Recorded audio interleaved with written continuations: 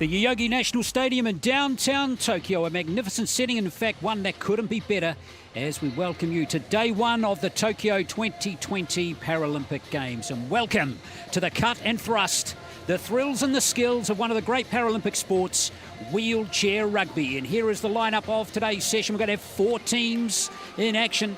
Later we'll have the Australian team, the two-time defending champions, against Denmark. But first up, it's going to be the United States up against New Zealand. Yes, this is a high-energy sport. It's strategic. It's played by fiercely competitive athletes. So it's going to be an absolute pleasure to bring you with us through this game here over the next hour and a half. Yes, this is a Pool A match in this group. In fact, it's Group B. New Zealand, the United States, and the 2 other teams in this group, Canada and Great Britain. So we have 4 very good teams.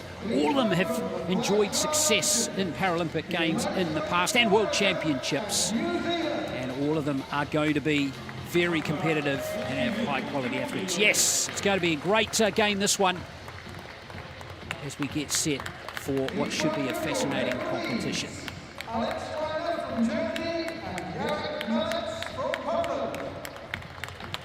Here are the officials for this match.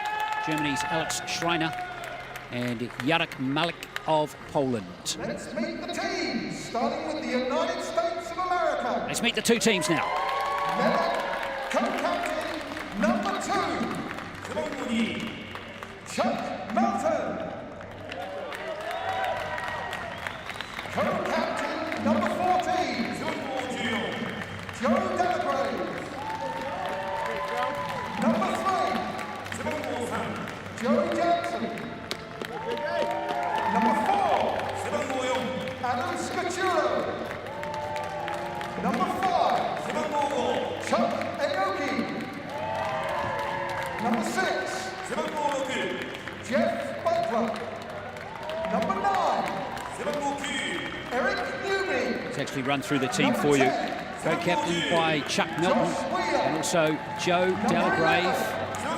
All of these players have been at a Paralympic Games before, except number 2, or number 3, in fact, Joe Jackson, and number 33, Ray Henniger. And there is the coach, James Gumbert, 57 years of age, at his 4th Paralympic Games, coaching this team. Gold medals back in Beijing, silver in Rio, and a bronze in London. This USA team, this is their 6th Paralympic Games and all. They've never been outside the medals. So that's quite a record coming into Tokyo 2020. Now it's time to meet New Zealand, led out by their captain, number 14. Welcome back to this New Zealand team at the Paralympic Games as well. This is their first appearance at a Paralympic Games since 2008. So it's a big moment for all of their squad, all 8 members of their squad, all making their Paralympic debuts here. Number 8, Mike Todd. Number 9, Gary Rawton. It's great to have the New Zealand team back. They're going to be captained by number 14, Cody Everson. Number 15, Hayden Barton-Coots, keep your eye on him. Number 6, number 23, Barney Corner-Ferenisi. It's also another player to keep your eye on. And they're coached by Greg Mitchell. And there is Greg Mitchell, 41 years of age. He's been in the job for 2 years and led the team to a 3rd placing at the Asia-Oceania Championships in 2019. That's how they got to qualify for these games, as we stand by now for the national anthems of both the United States and New Zealand. United States of America. まずはアメリカ合衆国国歌の演奏です。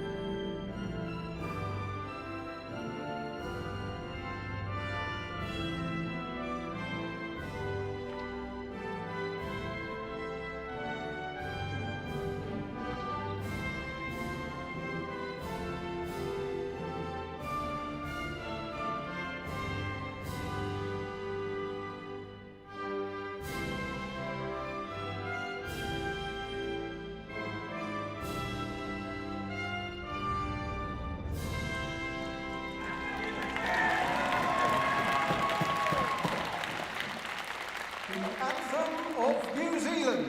続いてニュージーランド国歌演奏です。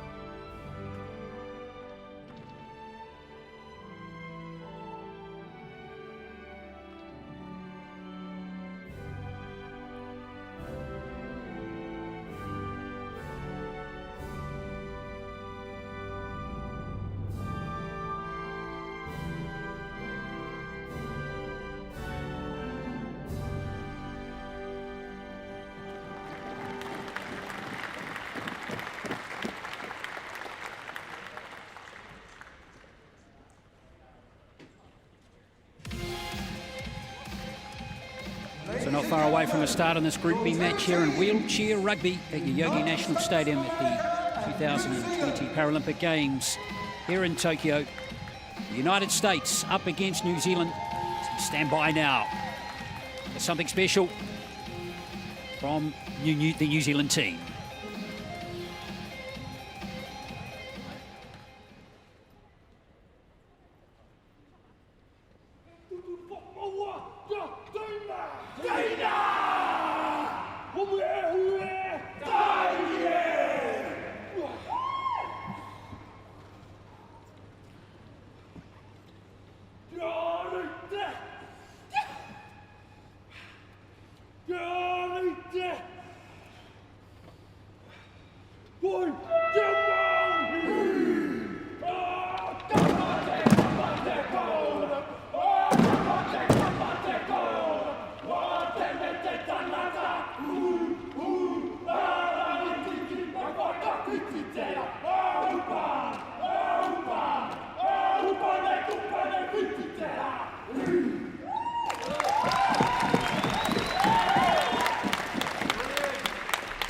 Yes, for those of you not familiar with New Zealand culture, that's a haka, led brilliantly by Hayden Barton-Coots.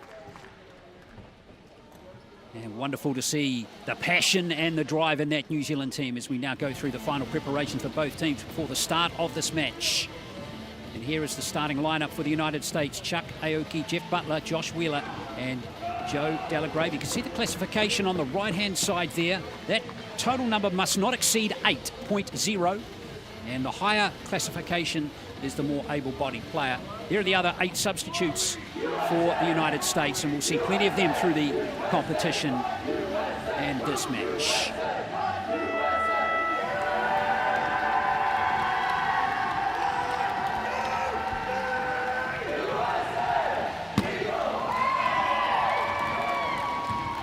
Well, absolutely brilliant there as the Americans go through their pre-match ritual. And here is Chuck Aoki, the 30-year-old, in his second Paralympic Games. As we check out the New Zealand starting lineup, so Barton-Coots, Hewitt, Everson the captain, and Lefono. That is their lineup. They only have 8 players in their squad. So Lynch, Todd Rolton, and Konaferanisi will begin this game as substitutes. If you're watching wheelchair rugby for the first time, it's 4 8-minute periods. Go through the basics of the game once we get started. As we're standing by now for a start in this match.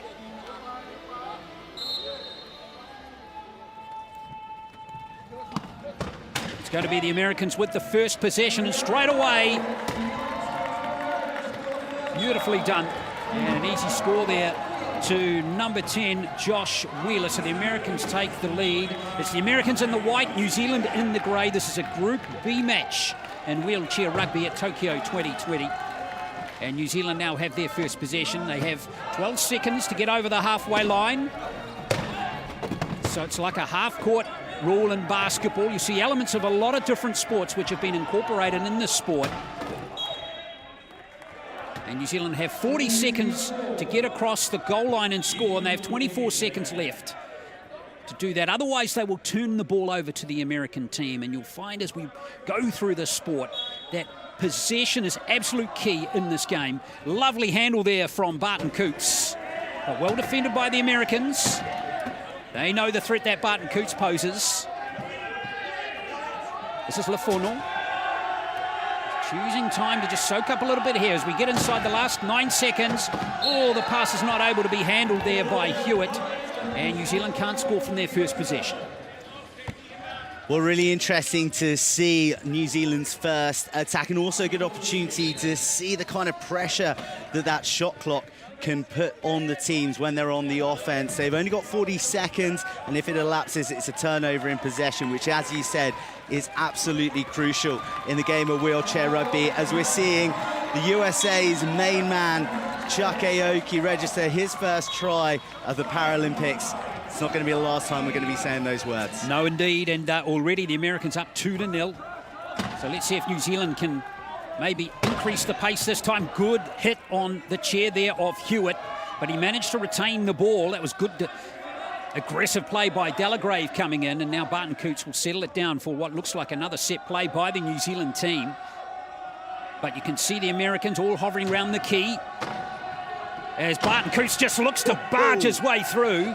No way through, though. Oh, and again, it's not able to be handled. It looks like New Zealand might still keep possession. A little bit of early nerves from the New Zealanders when they're getting in around the key area. They've had a couple of good opportunities. We're seeing the pattern that's developing early, that Barton Coots, their main guy, their biggest player and most powerful, if he can't go route one, then he's looking to try and flip it over the top of the US defence in the key and put one of his other players across for the score, which they're still looking for. Well, here comes Delagrave now. Aoki provides a nice screen for him. Another score there to Delagrave, 36 years of age, in his second Paralympic Games. Didn't compete in Rio. He's back from London. So this is a very good start by the United States.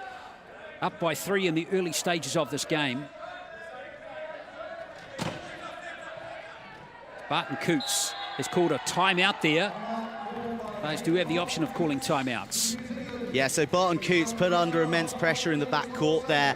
And as you said, 12 seconds to transition from the backcourt across the halfway line. So once he realised that he was running out of time, used his timeout as an opportunity so as not to lose possession. Yeah, 8-minute periods as Greg Mitchell talks things through with the New Zealand team, the coach. So they won't want this lead to get any further than this, because coming back from even a 3-goal deficit can be quite challenging in the sport. Well, you spoke about parallels with other sports, and basketball is a really great analogy in terms of it's you score, I score, until there's a bit of a turnover and a transition in the scoring pattern. And as you said, even a 3-goal margin can prove difficult to overturn. So New Zealand needs to get on the board soon. So Lafono has the ball now for New Zealand from Auckland. Wheeler is loose, putting pressure on him. Lafono only manages to keep the ball, but unfortunately, things are proving quite challenging for this New Zealand team at the moment. That was good play from Wheeler.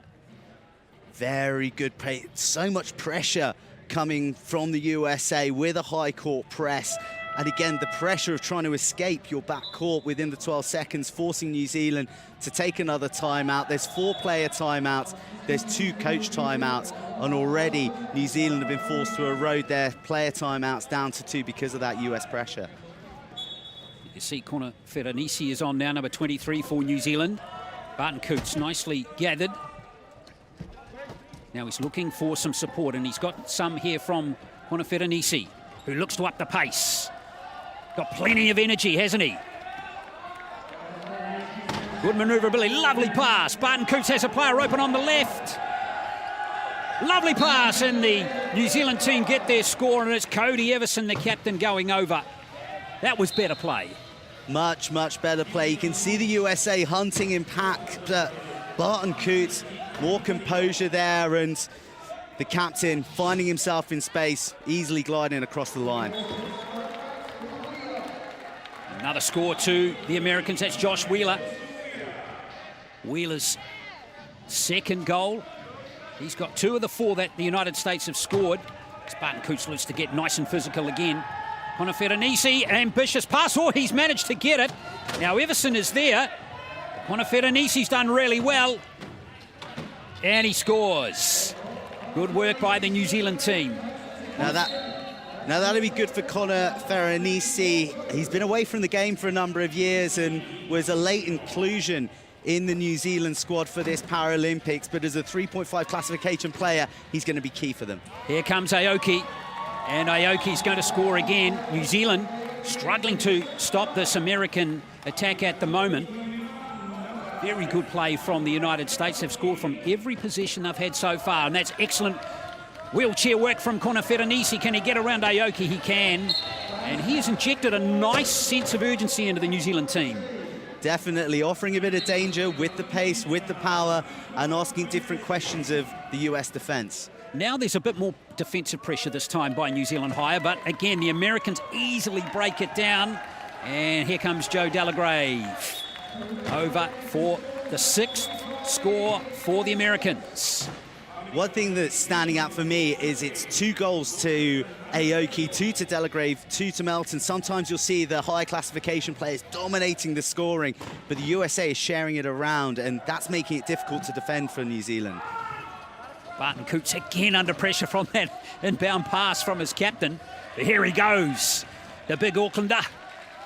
Konaferenisi tries to create some space for him, but nicely defended by the Americans. So let's see now what New Zealand do with all 4 American players back behind the ball. Konaferenisi no way through there. Tries another angle. Konaferenisi, he'll need to pass it. He's got 10 seconds to pass it unless he bounces it. So the shot clock down to 6. Barton Coots and New Zealand down to 2. And they call a player timeout with 0.6 seconds left on the shot clock. The USA are doing so well to crowd the key and make things difficult for the New Zealanders to score. You're only allowed 3 players in there. You can't have all 4 when you're defending, but you see there, you've got Aoki, you've got Delagrave, you've got Wheeler spreading themselves very well, marshalling all of the options available to Barton Coots and forcing the error and then the timeout. Yeah, that key can get very congested. 3 defensive players allowed, and all 4 attacking players are allowed in the key, but they can only be in there for 10 seconds each. So New Zealand looking to slow the game down, but given themselves 15 more seconds, of course, as we see a couple of substitutes come in for the United States. Turo is in there, number 4. And number 2, Chuck Melton is in there now. Chuck Melton in his 2nd Paralympic Games. As here goes Konaferenisi, hard to the centre, but again, easily blocked by the United States. And Konaferenisi picks up the loose ball. Well, a bit fortuitous maybe that one for New Zealand. You need a bit of luck sometimes, and you can tell by the grin right across Konaferenisi, he's happy enough to take that try. Here come the Americans again. Now Delagrave is there. Oh, he could have passed it to a teammate. Melton's got it now. And now it's being settled down by Josh Wheeler. He's got possession at the moment. And now the Americans, for once, the New Zealanders have got all their players behind the ball. It's the first time this has happened. Wheeler's got the way through. Good defence, or good breaching of the defence rather. And if you're watching wheelchair rugby for the first time, only 2 of the 4 wheels need to cross the try line. New Zealand have lost the ball from the throw-in. That was not good play from them. Konaferenisi trying to pressure Melton. But again, and the Americans are going to call a player timeout this time. Well, since Konaferenisi has entered the court, and along with Gavin Rolton as well, New Zealand, sure they conceded just before, but they're managing to stymie that USA attack a little bit earlier and begin to gather their troops and ask questions of the USA rather than giving them the opportunity to just go over the top and counter-attack them with ease. There is the legendary American coach James Gumbett in his fourth Paralympic Games, took over for Beijing, where they won the gold medal. London, they finished third, the Americans, and second in Rio, beaten, of course, in one of the great wheelchair rugby games of all time by the Australians. Double overtime for a gold medal. There was a lot of pressure in that game. So the Americans will be looking to put that disappointment behind them. Many players backing up. Here's a nice direct play from the Americans. Lafono, oh, it's a good pass. Excellent little pass in there to Delagrave. And the Americans lead by 4. Just under 3 to play. Hope you're enjoying this game as Lafono's found some space. Here's Lafono. And he's going to get there. Ooh. Excellent play by the 35-year-old, by Nafi Lafono. The lead is back to 3, and straight away an excellent pass. And Delagrave's going over for the easiest of scores. That's what these very good players do. They've got great vision. They know where the space is. They know where the player in space is. And that's what this sport is all about, trying to find space, which can get very congested at times. Yeah, I think that sometimes people talk about wheelchair rugby and they talk about the contacts and this carnival of collisions, but it's a game of chess as well, and strategy, and trying to unlock your other players around the court. As we see a Hail Mary beaten out well by the USA, though. Yes, indeed. That was good play, and here comes the Americans again. It's a 2-on-2 situation, and putting his foot down and scoring nicely is number 10, Wheeler, once again. Wheeler gets his 5th goal of this game. In fact, his 4th goal. And he and Delagrave have 4 each for the United States. Josh Wheeler is an incredibly dependable player in the USA team. A 2.5 classification, but he offers attacking prowess as well as defense. Really an all-court player for the US. Lafono's been freed up. Double team, though. Barton Coots has it now. He chose not to use Hewitt, who was in some free space. But now New Zealand are going to soak up a bit more time here. Barton Coots can't find a way through again. He's taken the scenic route, but he scores. So a good effort there from Barton Coots. Remember, all of these New Zealanders in their very first Paralympic Games. First appearance at this tournament since Beijing. And again, it's the Americans finding space. We can see a lot of their goals seemingly, or scores rather, are being achieved quite easily at the moment. I think that's got to be the disheartening thing for the Kiwis, is they're having to work so hard for each of their tries, but the USA seem to be finding great purchase by just going airborne over the top of the Kiwi defence as we see another turnover and in the hands of the man Wheeler. Well, that was great work there from Delagrave, and Wheeler will now just settle it down to use a bit more time up. The Americans quite happy with this first period. They've built up a comfortable 5-try lead at the moment as we tick down to that last minute of the first period. So the set play is all agreed on, and here comes Wheeler. And it's Wheeler finding a way through. Yes, 12-6.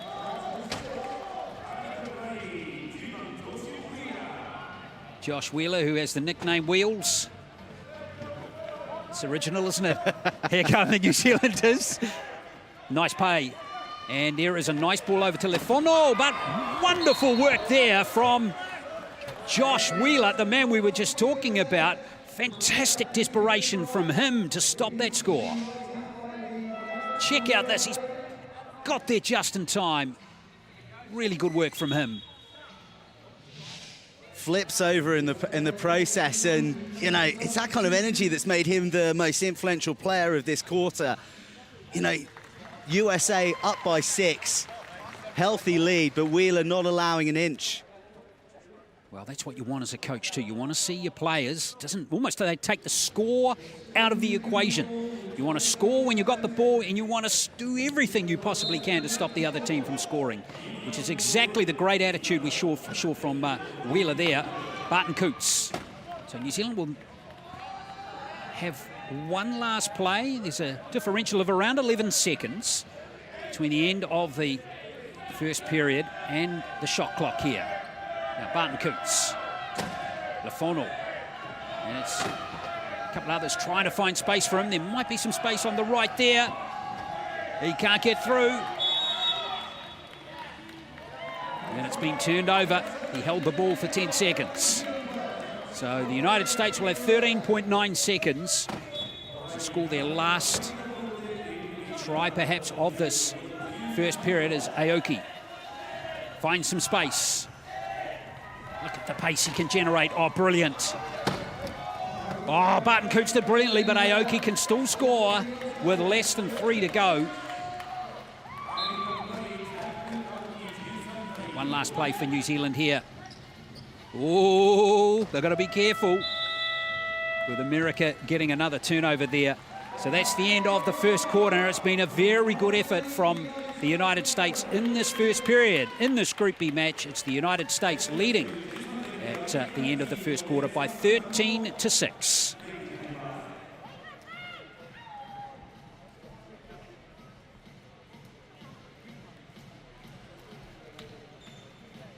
So 13-6 to score. Wheeler is the leading scorer with 6. Delagrave has 4.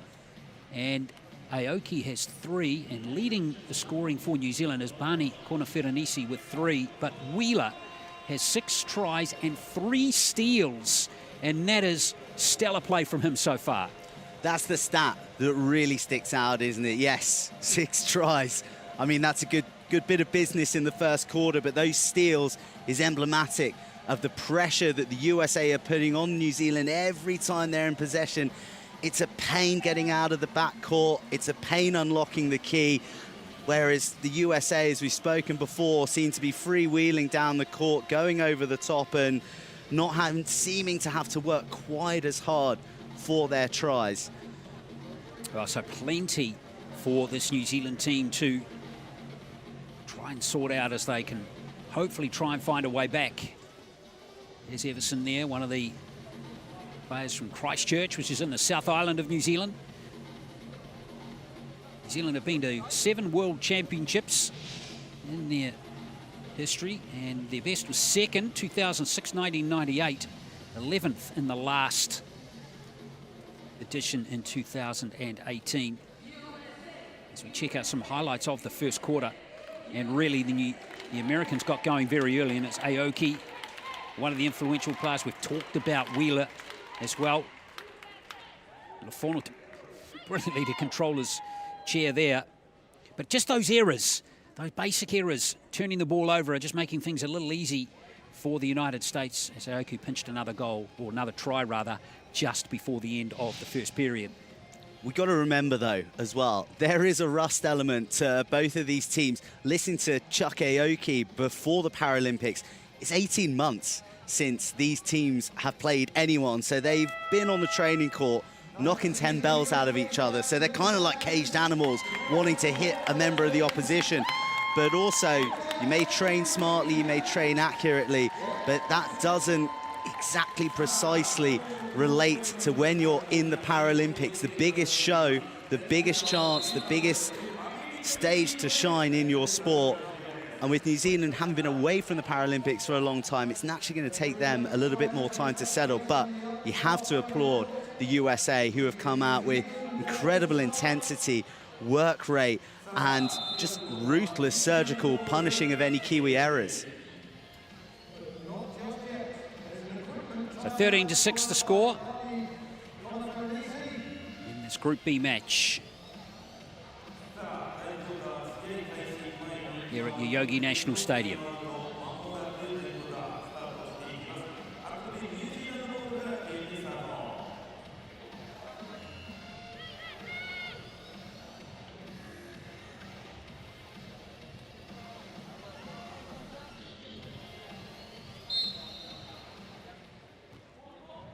Second quarter is underway. It's New Zealand in the grey, and it's the United States in the white. This is a Group B wheelchair rugby match at Tokyo 2020. And Barney Konaferanisi is trying to find space up the middle again. Putabar is out there now for the United States. Konaferenisi. Can he find a way through? He's got a nice screen there and he scored. Beautiful work protecting the space there by Rolton. Excellent work from Rolton, doing the job of a lower classification player. The lower classification players charge primarily defensively to try and snare up the opposition players and free up the space for the more mobile attacking players like Konaferenisi and Barton Coots to score those tries. Well, speaking of Wheeler, there he is getting another score for the Americans, so 14-7. Barton Coots over to Konaferenisi. Oh, lovely turn. Brilliant play from him. He's going to go all the way, is he? Yes! Lock that one down as one of the best tries that New Zealand have scored in the game so far. One of the best tries of the game so far, never mind just New Zealand. Well, the Americans will have to keep their eye on Konaferenisi, but Wheeler is coming back with some fine skills here. Good pass, and that is Corey Pudabar who's over to score. Good work. That's the face of a man who means business. His second Paralympic Games. He spoke before this about his excitement for this one, but it's a different one. It's a I want the gold excitement. That's what he said. Another player timeout's been called here by the New Zealand team. So back to the bench they go to talk things through. So New Zealand have no player timeouts left. They do have 2 coach timeouts, though, which are a bit longer than the player timeout. So they still do have a little bit in the bank. But certainly, if the USA continue to exert that pressure, then we're going to see more turnovers of possession, because that's what the Kiwis have been using these timeouts for. They've been get-out-of-jail cards when they've been snarled up by this aggressive USA defence. Konaferenisi! Oh! Now, that's come off an American player, so that was a close call for New Zealand. The passing's got to be accurate. Coots looked like he was going to go downtown there for a second. Well marked here by Wheeler, and that's a good ball. That's patience, and it's Everson who's going back over the line to score for New Zealand. Love that. Slip it in reverse and glide across for your first try. Here's Wheeler in possession again for the United States. And again, sneaking free of that New Zealand defence. This time it's Eric Newby who's going to go over and score his first of the game. Newby from St. Louis in his second Paralympic Games as well. As I mentioned earlier, just 2 players from the American team debuting at a Paralympic Games, and we've not seen either yet. Joe Jackson, Ray Henniger, or here's Konaferenisi. There's a vapour trail coming off his chair. He is fast. Doesn't look like a man who's been away from the game, does he? Although he's sucking in the oxygen at the moment. That was a big burst, and he's really been New Zealand's go-to man so far this first half. Newby gets a nice screen set by Pudabar, and Newby into the New Zealand half now. Good pass. Oh, beautiful handling, and Pudabar goes over to score his first. That was a lovely play. Beautiful interplay. Aoki, the linchpin there. Lovely little triangle in the front court. And Pudabar, easy finish. Now the Americans defending high this time. So Barton Coots immediately under pressure. Everson, though, trying to get into some space as Barton Coots now can see his options. Going long. Konaferenisi has got it. But it's gone back over the half court. So it's going to be turned over by New Zealand. Hugely frustrating for Barton Coots there. Once you leave your back court, you cannot retreat back across the centre line, even if it's an unintentional spill like it was just then with Konaferenisi. Yeah, so that rule is very similar to basketball. And we're going to see a few more new players here for for the United States. So Henniger out there, Jackson out there, and Fredette as well. And that's a nice ball into Ray Henniger, who scores with his first touch as a Paralympic athlete. Brilliant. Oh, this Paralympic game, it's easy for Henniger. There's Connor Ferenisi. There he goes again, putting his arms to work. Oh, good defence coming in here, though, by Wheeler. But Connor Ferenisi finishes it off. So that gap still 7. It's still a healthy margin for the United States. 5 minutes out from half-time. Wheeler is putting in some big minutes here. And scores again. Good play from Josh Wheeler, having a fine match. Wow, just manages to squeeze across the line without touching the goalpost. If you touch the goalpost, you're deemed off the field and it wouldn't be a goal. But it's a nice little ding-dong between him and Connor Ferenisi. Wheeler had a shot on him before, but Connor Ferenisi is away and he won't be caught by Henniger. Another score for Connor Ferenisi. That's his 8th goal for, or try rather, for New Zealand. Leading the scorers for the Americans is Wheeler. Speaking of Wheeler, here he comes. But that's better defence this time by New Zealand. Now Henniger, oh, good little screen set there by Jackson. And Henniger goes over to score his second. Yeah, fantastic play by Jackson, the 1-point classification player, neutralising Connor Ferenisi, the 3.5, doing precisely the job that he's on the court to do. Oh, Connor Ferenisi, it's off him. It's going to be American ball. And there's going to be substitutes coming on for both teams here. Lefono is back on for New Zealand, as is Hewitt.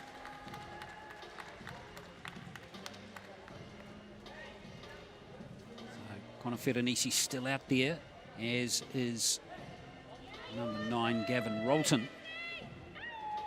Aoki back out there for the United States, as is Chad Cone now, who enters the game for the first time.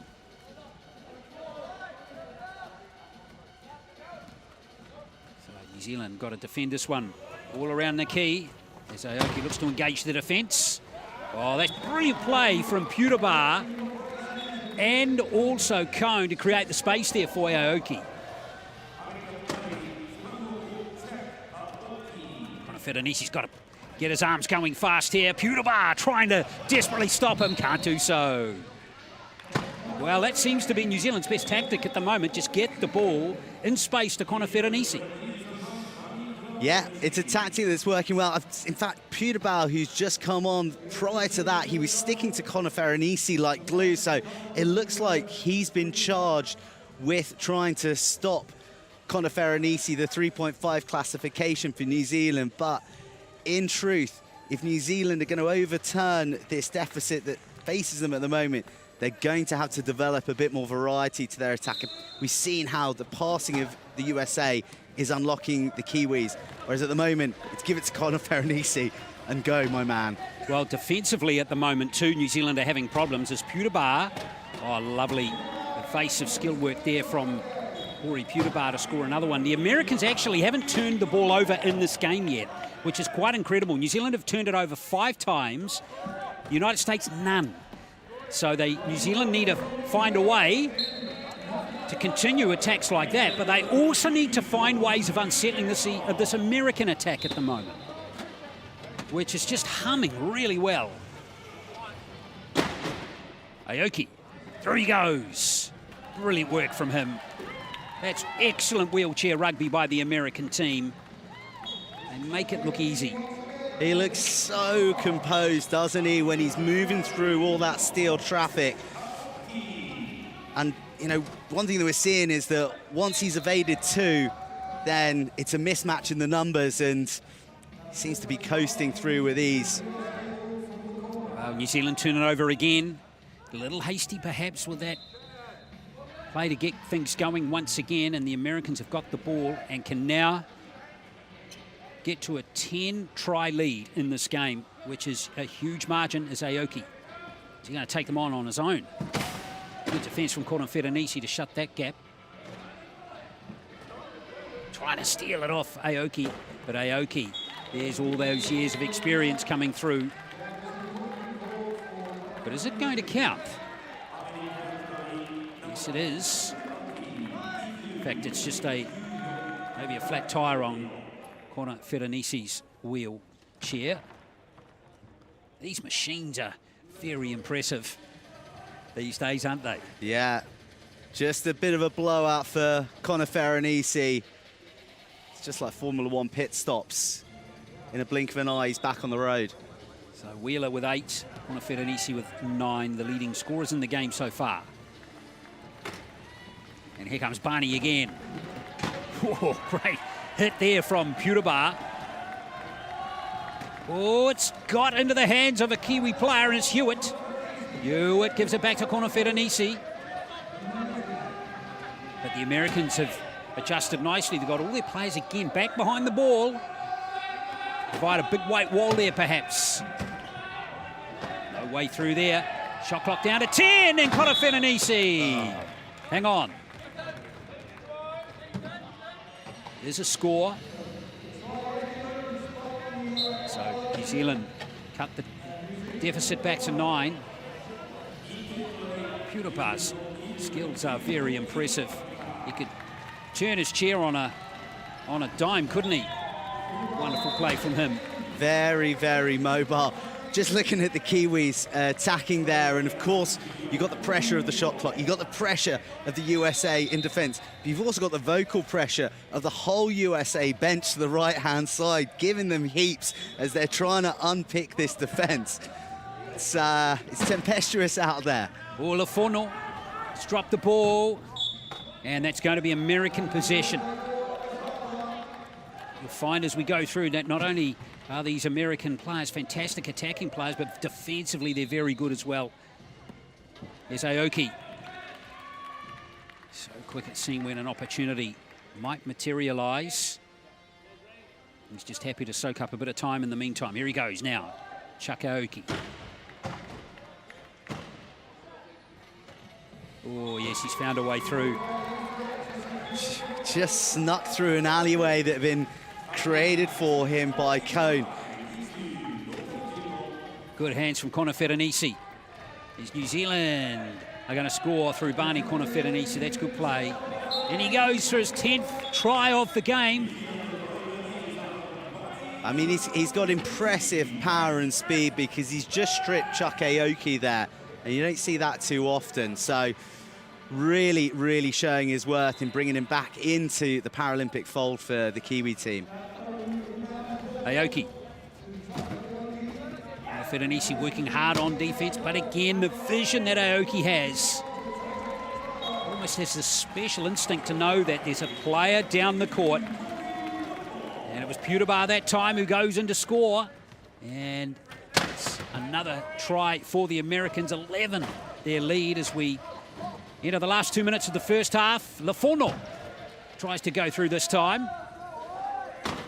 Excellently stopped in his tracks there. He gets caught by the pick, which is the metal piece at the front of the wheelchair by Cone. This is brilliant play from Ferenisi. He beat about 3 defenders there to score. Yes, the defensive chairs, or the chairs of defensive players are different to the attacking players. The players that have that higher classification, which we can explain in a minute, as Putabar comes forward now. Oh, good pass. And Aoki, simple score again for him. And it's going to be a timeout from James Gumbert for the Americans. So 11 the margin with 1:26 to play in the first half. So James Gumbert calling the timeout there to make some substitutions, because you can't make substitutions after a goal. So that's another occasion when timeouts are used strategically. But we've got Putabar there, and Aoki won't be far away, because those two are putting in a telepathic performance at the moment in this second quarter. It's a yin and yang. If one of them's in the front, you can bet your bottom dollar that one of them's in the back court about to send one over the top, and it's glorious to watch, to be honest. Well, they've got such great depth, haven't they? You know, we talked about Wheeler, his impact on the first quarter. And yes, he's had 11 minutes of court time in this game so far, but we haven't seen him. But other players step up when he's absent. Now, New Zealand try and free up Lafono. Lafono pulls it back here for Barton Coots. Rolton and Everson still out there for the New Zealand team. So Connor Ferenisi not out there at the moment. Let's see if New Zealand can score without him. Barton Coots getting tangled up in some traffic. Oh, Lafono couldn't handle that pass. That was unfortunate. He did so well to shrug free of that American defence. They did everything right but catch it. Such a shame. Barton Coots had held his cool, he dribbled, he'd managed the clock, and as he said, Lafono freed himself up and the line was begging. Melton. Here comes Chuck Melton. Tries to get past Cody Everson. Aoki. Now we'll cool it down. There's still plenty of time left to formulate this attacking play. It's roughly a 8 to 9 second differential between the shot clock on the right and the game clock on the left there. But they're going to call a timeout, the Americans. So the Americans calling a timeout here with the shot clock and the game clock in mind, because it's going to extend their opportunity to score. This last 2 minutes of each quarter, sometimes referred to as the magic 2 minutes, is as much about clock management as it is about scoring, because if you're the last team to score and it's going to be your possession next, then that can turn into a two-try swing. That's right. Here's Aoki. There's 6 seconds left in this first half, and that's what the Americans are trying to do now. As he got 2 wheels over, he has. There is a score. So that was managed beautifully by the American team. They soaked up 13 seconds of that last 15 seconds with their play, leaving New Zealand very little chance to score in this half, which they have not been able to do. So it's a very good half of wheelchair rugby to this American team. The silver medalists from 4 years ago have made a blistering start here in this Group B match. It is half-time. It is the United States leading New Zealand by 29 to 17.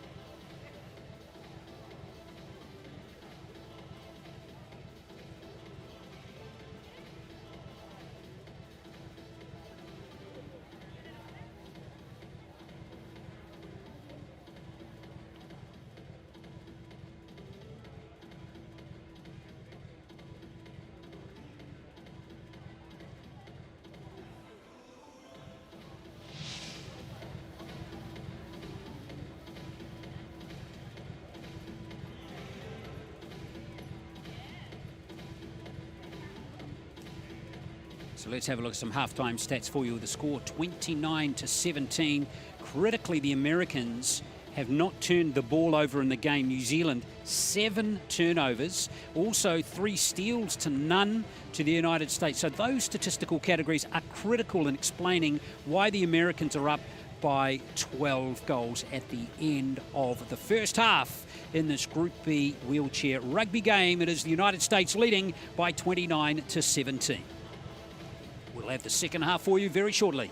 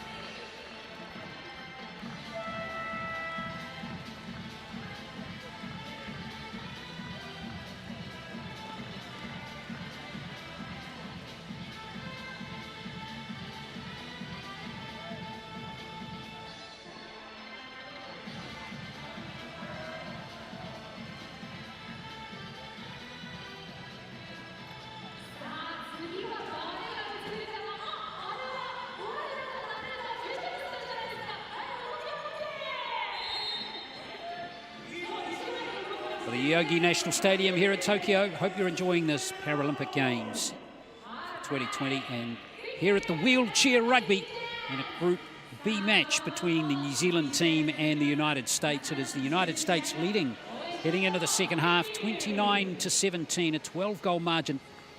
The United States outscoring New Zealand by 7 in the first period and then 5 in the second period as Greg Mitchell, the New Zealand coach, gives his team final instructions as they try and find a way back from what is a big margin in favour of the United States. The silver medalists from Rio will build a very nice lead after the first half. Aoki has 8 goals, Wheeler 8, and Delagrave has 4. And leading the scoring for New Zealand, Korofenanisi with 11. Everson and Lefono have 2 each.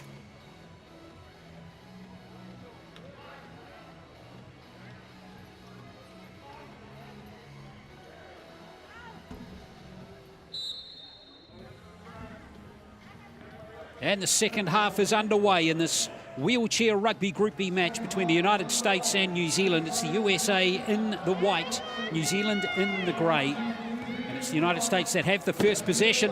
And straight away, finding a way around the side for another score is Josh Wheeler. Well, he was all action in the first half, and he started the second in the same vein, extending the USA lead. It's been a tough reintroduction to the Paralympics to this New Zealand team, but they are up against one of the best in the world. The USA, they may not have won a gold at the Worlds or the Paralympics in recent times, but they've got to be one of the top tips for that gold rush here in Tokyo. Lefono it was who was a victim of physics there as he ended up on the court. We're right, all of these players are very tough, and if you're not really a wheelchair rugby player unless you've been tipped over. Unless you've been on the deck. That's one of the things that makes this sport so great, that it's not just absorbing contact, it's licking your lips at the prospect, either being on the receiving end or administering it. Here goes Wheeler. And Wheeler all the way. Lovely score for Josh Wheeler. And it's the United States off to a fast start with 2 tries inside 30 seconds in this third period. Barton Coots this time is trying to find Lefono, but the pass was ambitious, being picked up by Puraba. What a pass over to Wheeler. And the United States really starting to flex their muscles now. Well, do you know what? All the talk pre-tournament was about Chuck Aoki, Delagrave, the co-captain, coming back in for this Paralympics. But it's Wheeler who's stealing not just the headlines, but Kiwi possession and then turning it into tries. That's a great pass, that time finding Hewitt. Hewitt has the ball. Now he gives it back to Barton Coots, who tries to just take the direct route. But again, it was excellent defence this time by Jeff Butler for the United States. Barton Coots tries to barge away. Puraba stopped him, so too is Wheeler. Shot clock down to 6. Barton Coots, Lefono couldn't handle the ball, and it's going to be American possession. Just stretch the expectation of Lefono's arm that bit too much, and with the post mark as well, a lot of things to consider while you're trying to score that try. But we've seen it quite a few times. It's just that lack of execution from the Kiwis in the key area that's, really stopping them from scoring as many tries as they possibly could. Korofenanisi, who was the leading scorer for New Zealand, didn't start the second half, and he's just returned courtside as the Americans look to come through it here for Ray Henniger from North Carolina, and that's a lovely pass down to Melton. Melton's got clear pasture in front of him, and he scores. Chuck Melton. He's played the game in 2008. Very experienced player. All these American players, very experienced. Interesting style of combination that the USA have got on the court at the moment. It's a lot more balanced than the formations that we've seen thus far. They've been focused on having high category players mixed with low category players, a high-low strategy, but just looking at the personnel right here now, it's a lot more balanced with Scaturo 1.5, Chuck Melton a 2, Joe Jackson are 1, so spreading their talent a little more equally in terms of classification. Well, that's a good move by Coach James Gumbert.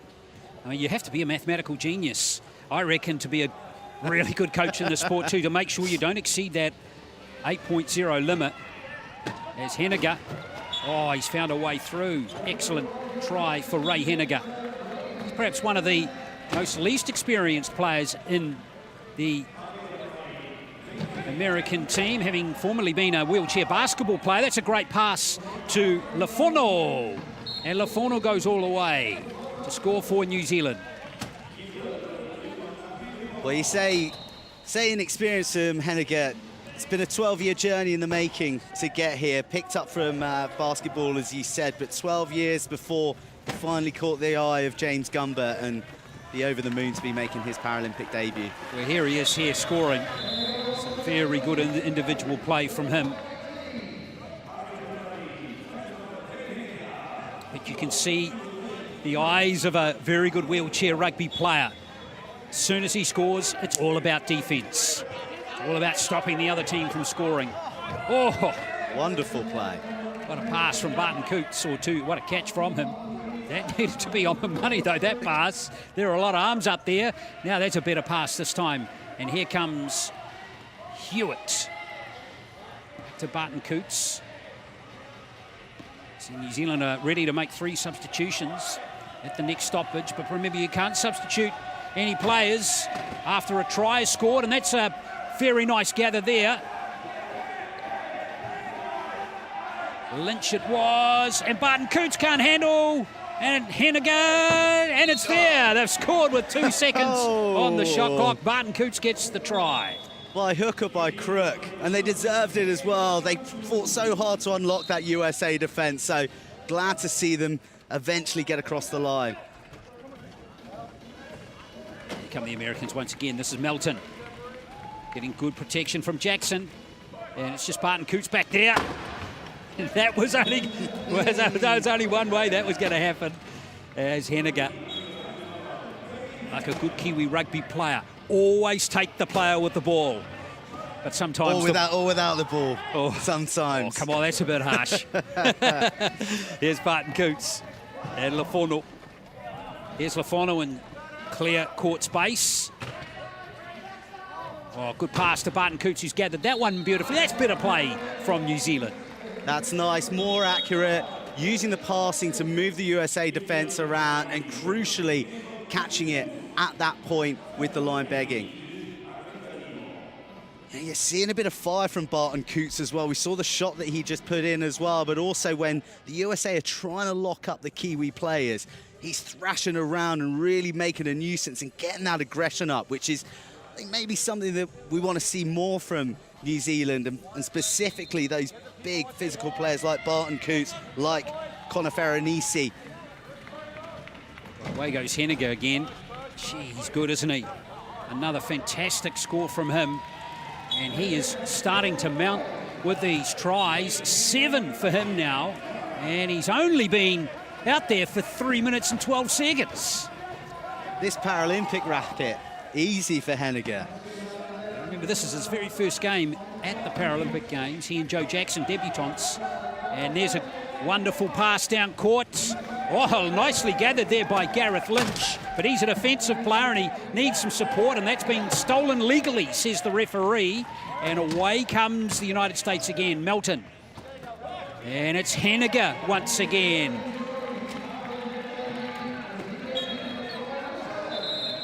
Excellent play by the United States. Well, Henniger's full of beans, isn't he? He was the one who affected the steal, and then, busy as you like, wraps around to find the space on the right-hand side of the court, and in acres to glide across, courtesy of the ball from Melton. Well, there's complete change of team now for the United States, pretty much, with that timeout being called to make the substitutions. It looks like New Zealand might also take the opportunity to bring in some fresh players. I think it's one thing to be mindful of as well, that we maybe haven't focused that the New Zealand team do only have 8 players here in their squad, which it's an exhausting sport, so a lot of these boys are going to be running on vapors, but it also limits the variety of combinations that you can put on the court. We've seen the way that the USA have mixed and matched and employed different strategies, but the New Zealanders have slightly less opportunity to do so. Well, and of course these good teams like the United States, Australia, other teams as well, they've got great depth as well. Only 4 players on the court at any one time, of course, but they're so interchangeable. And the United States, for example, will appear, based on what we've seen in this game already, that they've got 4, maybe even 8 players on the bench, equally as skilled as the starting 4. Here's Connor Ferenisi's back out there now. Oh, just manages to keep his balance. He did really well there. Aoki tries to force the measure, and it's been intercepted and stolen by Wheeler. In fact, it's Delagrave, and now he'll get it back to Aoki. And Aoki and Connor Ferenisi resume their battle, but Aoki will win that one on that occasion. Well, that's a perfect demonstration of what we were speaking about a moment ago. You see Wheeler go off, you see Hennigan go off, and you breathe a sigh of relief. And then Aoki and Delagrave are coming on. You think, God, give me a break. Here's Barton Coots. And Barton Coots almost finds a way through. Connor Ferenisi, great hands from him. That was a really good catch. And I think there might be 4 inside the key there. So the New Zealand team will get more possession.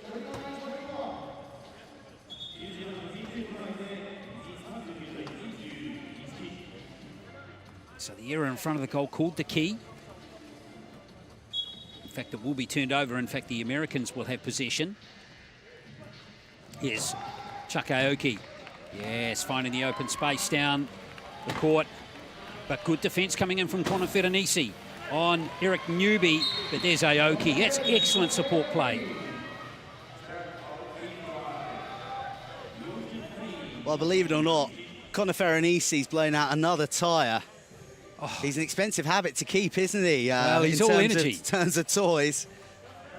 But he's all energy, and that's what you want from your players. 100% commitment and effort. So Wheeler and Connor Ferenisi have 11 tries each. Aoki with that one has 10 now, and Ray Henniger, 8 goals in 3 minutes and 39 seconds of court time for him. Well, he's averaging a goal every less than 30 seconds, every 20, 25 seconds. Huge shots going in the middle. I'm surprised that Sparks didn't emerge from that one.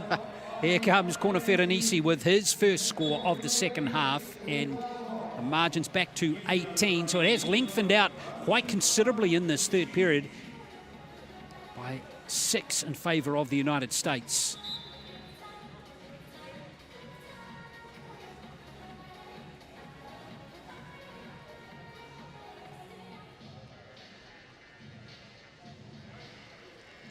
The other 2 teams in this pool are Canada and Great Britain. It's Group B, 18 competition at Tokyo 2020. Australia, Denmark, France and Japan are the other 4 sides that we will see through this Paralympic Games here in Tokyo. And good to see Mike Todd out there, the 44-year-old from Canterbury, in the South Island of New Zealand. This is his first action. He's a 2.0 classification.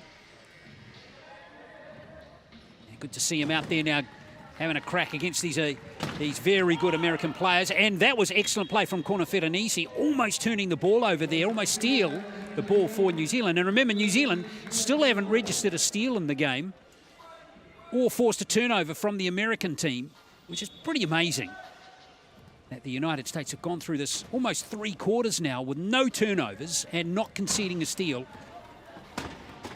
Oh, Aoki, beautiful. That's wonderful play. Well, that's exactly why. It's a testament to the handling and the range of passing that the USA team have got. We saw them when they were warming up between the quarters to come back for the second half, and their accuracy has been something to behold. And it's a lovely down pass there to Connor Ferenisi from Lefono. You know, despite the efforts of that man who's been scoring all the tries and really putting himself about in defence.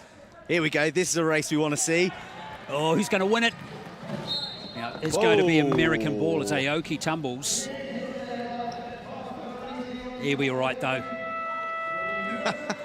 But that was a real race for the ball, wasn't it? Yeah, off the hand of Aoki, and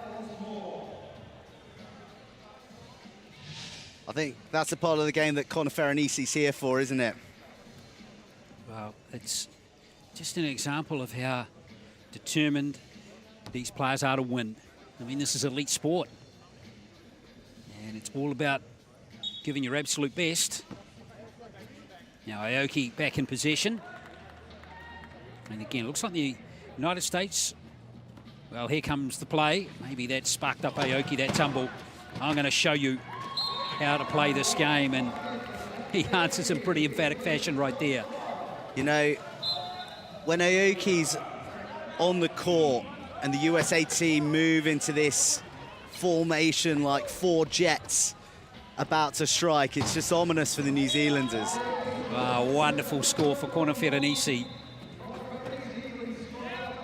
Well, he's got back in and going after missing the first few minutes of this second half. That's his 14th try. New Zealand pressing high on their defence this time, but again, the Americans comfortably over halfway they come. Aoki will now cool the engines just a touch. Just over 90 seconds to play until the end of the third period. They do take the goal this time, the try rather, and that was another one there for Josh Wheeler.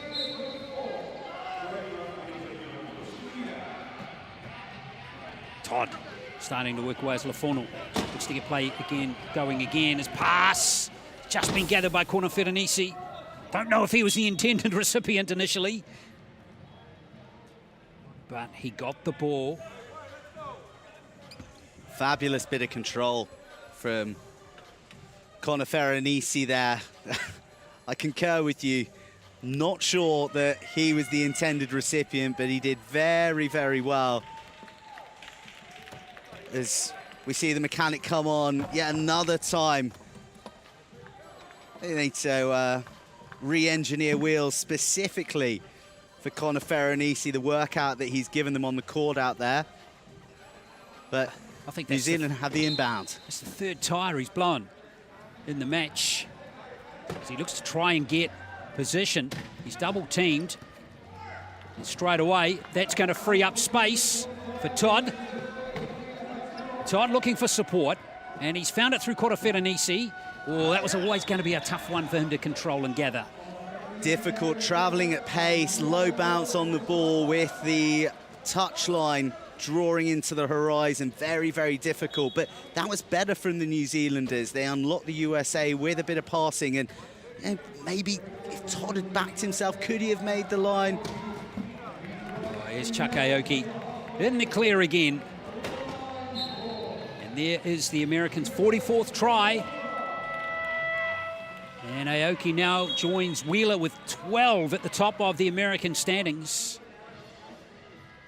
As we see a timeout called with 1:06 left in this third period.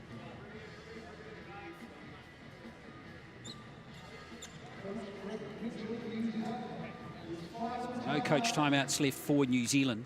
So just going through those stats for you. 12 each for Wheeler and Aoki. 4 steals for Josh Wheeler as well. And Conor Ferranisi, 14 tries for New Zealand. 3 for Barton Coots. But still, the Americans have gone through this game, continue to go through this game without conceding any turnovers. New Zealand have not forced a single turnover out of this American team so far. They've also not secured a steal, New Zealand, in this game. That stat continues to haunt them as well. As we get play underway again with the United States leading by 20. Todd to get things going again for New Zealand. Lafono. Conor Ferranisi shrugged himself free of those 2 American defenders. And here he goes, Barney, Conor Ferranisi. Wonderful turn. Lafono! Wonderful score. Best team score of the morning from the New Zealanders. Great pace, slaloming through from Cora Ferranisi. And then he had his old mate Lafono on hand to finish the job. Well, Cora Ferranisi is now being sent to the penalty box. So New Zealand are going to play the next minute with only 3 on the court. Now that is extraordinary in itself. First player to go to the penalty box, and we've only got 46 seconds left of the third quarter. He'll be in there for either a minute or until the USA score, so it's a short sentence.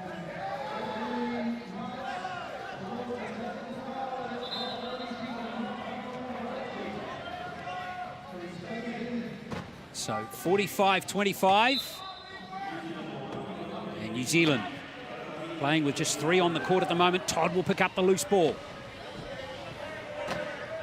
Todd double teamed there.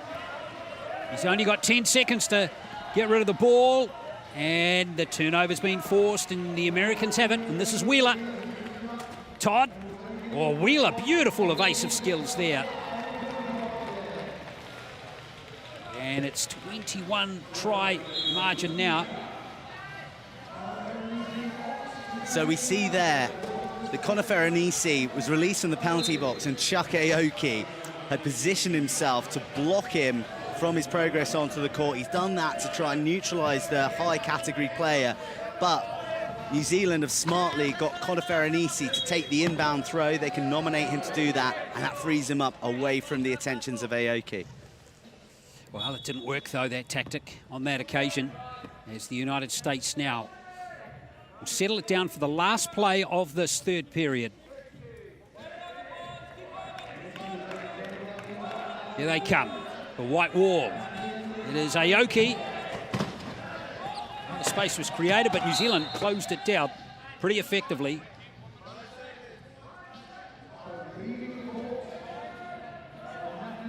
So Lafono's been sent to the penalty box now. There's your answer. Yes, he has. Pushed out of court there, not allowed to leave the field of play.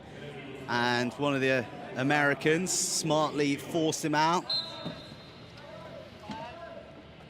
5 seconds left. Wheeler over to Aoki, and that's going to soak up just a couple more seconds as Aoki scores. Again, once again, a very professional piece of play there from the United States. And that will end the third quarter here in this Group B wheelchair rugby match at Yogi National Stadium at Tokyo 2020. And it's the United States leading 47-25.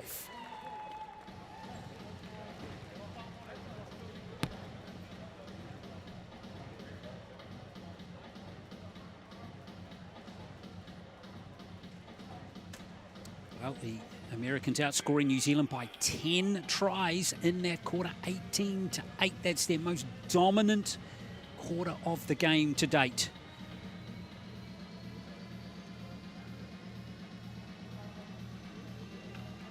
Well, New Zealand are not lacking effort and courage, but they were fully aware of how tough their challenge was going to be. First major game for them since probably the 2018 World Championships. New Zealand finished 11th in that competition. USA finished with a bronze medal in that particular event. But the American team, very experienced, very deep.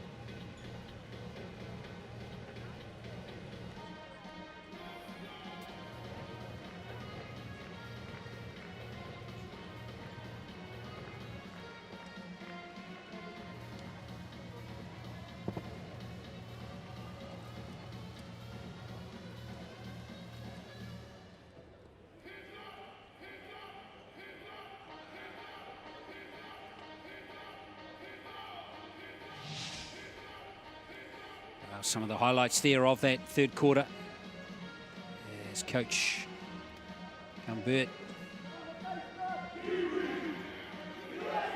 continues to bark instructions to his team. He'll want to see a good, professionally executed final quarter. New Zealand, now they're 22 tries behind, but they will want to finish this match with some good, strong play.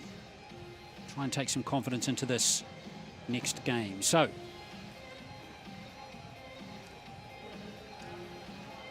$47-25. It is in this Group B wheelchair rugby match. Final quarter underway. New Zealand in the grey, the United States in the white.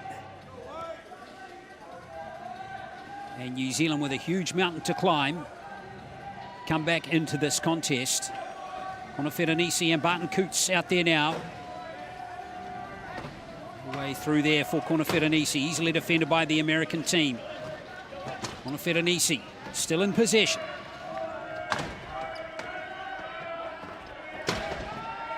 This is a very good defence coming in from Pudabar, from Jackson.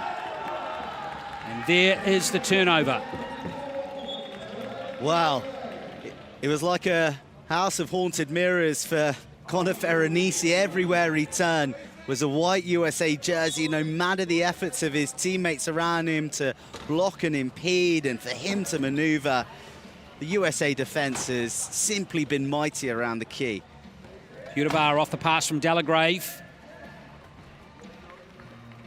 Pudabar, oh, wonderful ball over to Delagrave. That's excellent play from Corey Pudabar, and Delagrave goes over to score. It's going to be really interesting to see what the Americans do in this final 8 minutes, because the game really is beyond doubt at this point. And does it present an opportunity to try fresh combinations? We see Joe Jackson, the debutant, on the court at the moment. Is he going to see a lot more minutes? Whereas New Zealand still searching for that winning combination from the 8 players available to them. That's another try there to Konofera-Nisi. 15 of the 26 he scored for New Zealand. Now he's trying to turn it over from Pudabar. And here goes Corey Pudabar. And he's an example of just how deep this American roster is. Pudabar, a very fine player in his second Paralympic Games, not starting in this game. It looks like Konofera-Nisi has got another malfunction in his chair. This time it's not a tie, though. Proving a temperamental tool for him, but really can't blame the chair. Got to blame the manner in which that Konofera-Nisi puts himself about in the chair. He has been all action. And you can see the Americans triple teaming him at the moment. Now one of them drops back. And here comes Barton Coots, which means there's plenty of space. Almost has it stolen out of his hands by Pudabar, and now that's been picked up, and here comes Everson. Everson, plenty of heavy traffic there for him. Barton Coots. Now Konofera-Nisi. Now the American defence is just slightly fractured, but they recovered nicely. Barton Coots, can he back it in? And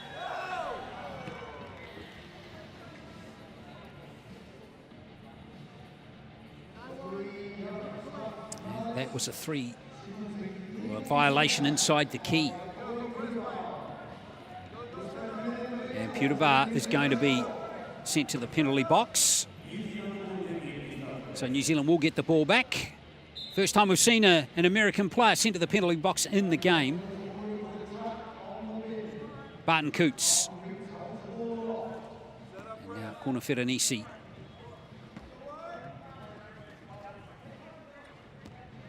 So the Americans just give the goal away there.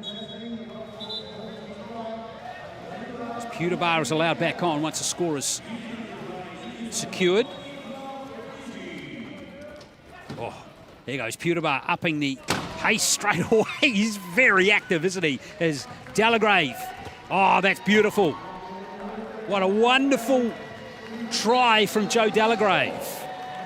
Well, Pewterbau has returned to the court with the attitude of a man wronged from being put in the penalty box, because he's cannonballed into about 3 Kiwi players in one play to decimate the defensive efforts, and Delagrave, easy street all the way home to the try line. There's corner Ferenisi. And he control his chair, he can beautifully there. Another score for him. So New Zealand and the United States 3-all so far in this final quarter. Pewterbau is free though. Oh, Conor Ferenisi is there. He can't quite get there in time though. Couldn't quite get the angle to give him the smash that he wanted. Did well to almost derail Pewterbau.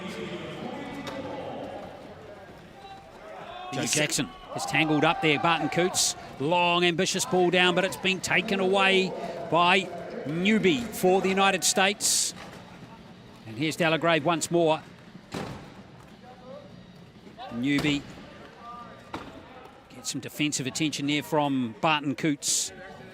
So Everson, who tries to tie him up. Delagrave down to Pewterbau, who's got it. And he'll score the try. Pewterbau, that's his 8th in the game. Just focusing on that depth and the minutes on court. Barton Coots, 21 minutes. Conor Ferenisi, 17 minutes. Rolton, 20. Everson, 17. Whereas the USA, only 4 of their players have played over double-digit minutes. That's really the ultimate demonstration of the way that the USA have managed their combinations and their personalities on the court today. Well, they've got fantastic depth and so many options for Coach Gumbert. As the Americans will pull it off with the game in control for them. Just saw that turnover stat popping up again. New Zealand have turned it over 11 times in the game now, and still the Americans are yet to turn the ball over. That will frighten other sides here at this Paralympic Games, rather, with if there'll be other teams will be thinking, well, we will need to get some turnovers off the Americans if we want to be competitive with them. Do you know what? Depending on what set of lenses you're wearing, you could say it's a damning stat on the Kiwis. But really, if you've been watching this game and you've watched the way that the USA team have conducted themselves around all areas of the court, it's been suffocation, and it's them who've earned those turnovers and forced them. Yeah, they've been a couple of unforced errors from the Kiwis, but you have to tip your hat to the Americans and their defensive hunger. Well, they haven't actually been close to turning the ball over, the Americans. They have just been, their passing has been crisp and accurate. Their decision of when to pass has been very good as well. I mentioned the word telepathic earlier on when we were speaking about this game, and there is that sense that even when the USA players are swarmed by the Kiwi defense and they have their back, they know where their teammates are. And you're seeing some cute, deft touches over the top, behind the back, and they seem to always be finding their man. Joe Jackson coming into the game. Conor Ferenisi back out there now, and here come the Americans looking to breach this New Zealand defence with urgency this time. And Jackson did so well to create the space for Henniger, who's gone over to score the try.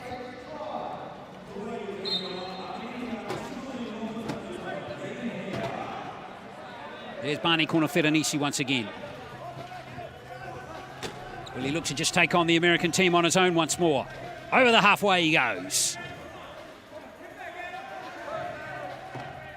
Tell you what, Joe Jackson's been quietly good, hasn't he? It was a good score by Conor Ferenisi once again. It was Barton Coots creating the screen that time. But the reason that he ended up travelling down the left flank and using that channel was because of the attention to Joe Jackson. Joe Jackson is, as I said, just quietly going about his business, being a real nuisance for the New Zealanders out there. And that is a score there for Henniger. It's just too quick that time. Henniger, a 3.5 classification. His defending player there was Cody Everson, 1.0. The higher the classification, the more agile, quick, strong they are. As Koneferenisi displays that, he's a maximum 3.5, and there he is scoring again. He is giving it everything in this game.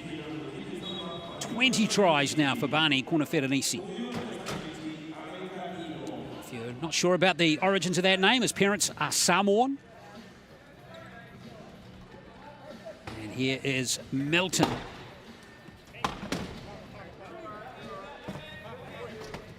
Milton double teamed there, but he's found his teammate Henniger.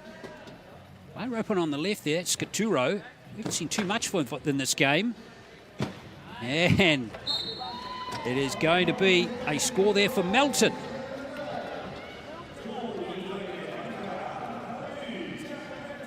Back to a 24 margin. It's increased by 2 since three-quarter time, with just over 3 to play until the end of the game. And that's a brilliant pass from Barton Coots. Oh, the Americans might be a bit upset with that one. Didn't make him work hard enough for it. Too easy. 21 tries, though. How good have you been, Koneferenisi? Well, he's certainly done his bit. Now here come the Americans. We've got 3 players tangled up off the ball there. And there is the space there for Ray Henniger, whose unbelievable scoring rate in this game continues. 10 tries, and he's been out there for 5 minutes and 20 seconds only. Well, that was number 11. Oh. Unreal stats from the debutant. I don't want to shortchange him. Here is Barton Coots. Everson, the captain. Here's Koneferenisi once again. And now this game opening up a bit, getting quite loose, with the score heavily in the favour of the United States. Well, these guys actually met in Tokyo back in 2019, and not on this court, but the USA coming out victorious, 60 points to 40. So the USA fond Tokyo memories against the New Zealanders, and they put in a consummate performance to almost repeat history, or have history knocking at their door against the Kiwis. That's great play from Henniger and Melton. Wonderful combination between those two players. Fantastic understanding between them.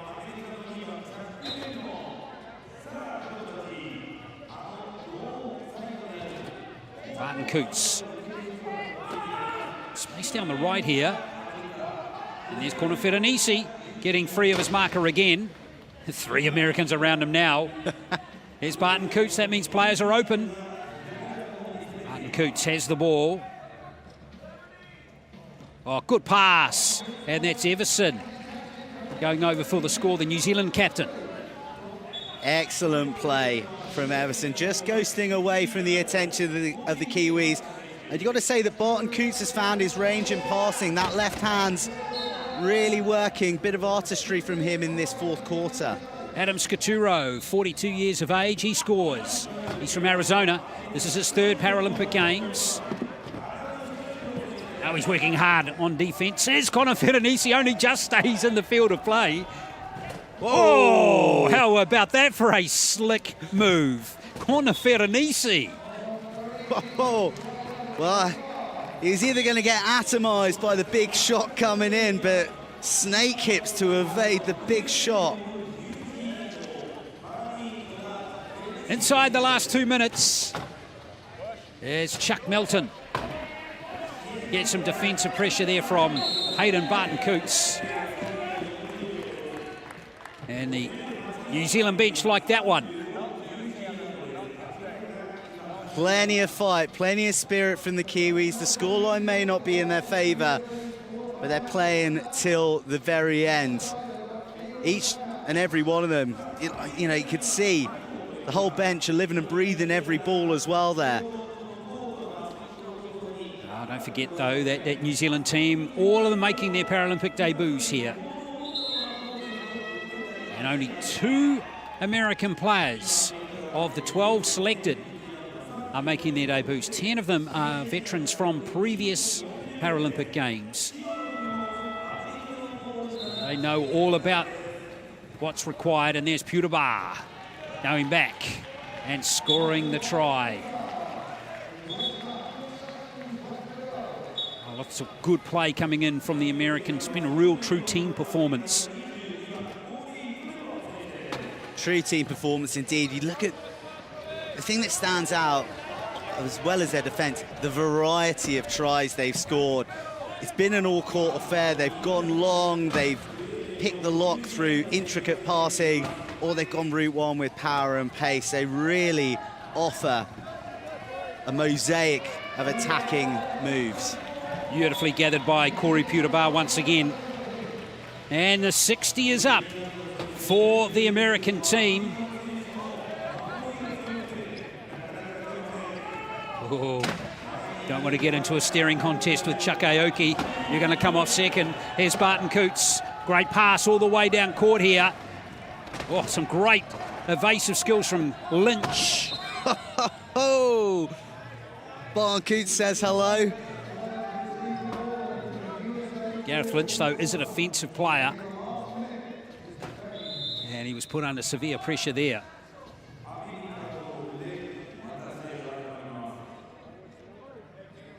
So less than a minute to play.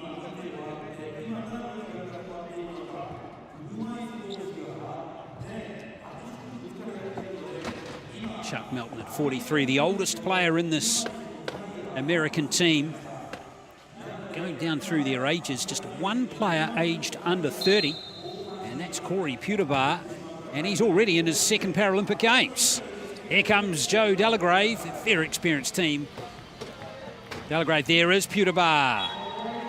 Fantastic play from the Americans again. Again, another example of how accurate the passing can be. Fantastic play. And Lafono needs some attention with under a minute to play.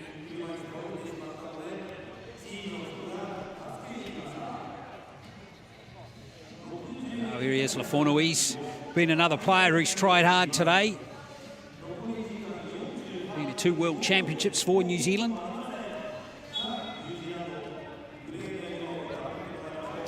Some of the school kids just coming in today that are allowed at the Paralympic Games. Good to see them in. And it's an example of the times we live in, to see them sitting in the stands, socially distancing like that. And here's Putabar again. This American performance has been one to admire to start the Games. I think so. I think this is really sending a message to not just the whole competition, but specifically the group. This is a challenging group. Canada and GB await the USA, of course. Fierce North American rivalry with the Canadians. And then Team GB are a team on the up. They beat Australia quite a few times recently. They have got big medal aspirations. So it's going to be a big nation who isn't going to progress to the semi-finals. And USA are turning around to everybody and saying, it ain't going to be us. So inside the last 30 seconds, and it's Joe Delagrave with the ball for the United States. And he will take the opportunity to score. But he'll be a happy co-captain of this American team. He and Melton, the co-captain. So the New Zealand team have one last opportunity, perhaps. And it's going to be Barton Coots inside the last 10 seconds. Some fierce defence coming in from Delagrave. Oh, Tafono, is he going to get there in time? He won't, unfortunately. No try to win the game for New Zealand, but it's been an accomplished performance by the silver medalist from the previous Paralympic Games, the United States, who's put a line in the sand nice and early at this Paralympic Games here in Tokyo. It's the United States of America winning this Group B match over New Zealand by 63-35.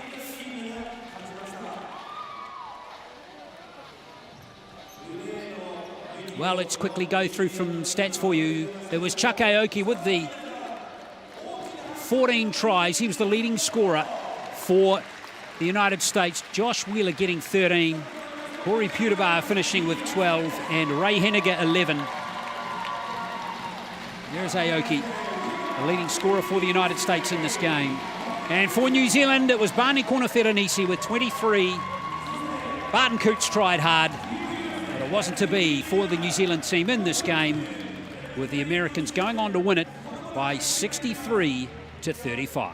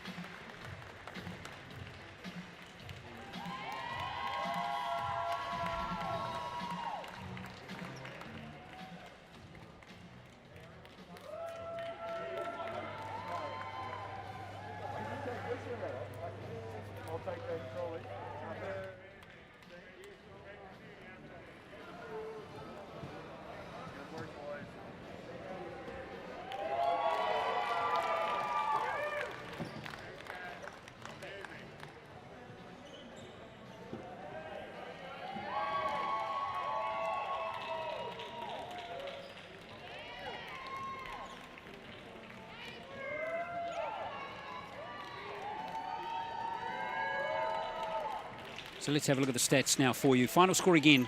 There was a very comfortable margin to the Americans, and they went through without turning over the ball once in the game. That's incredible.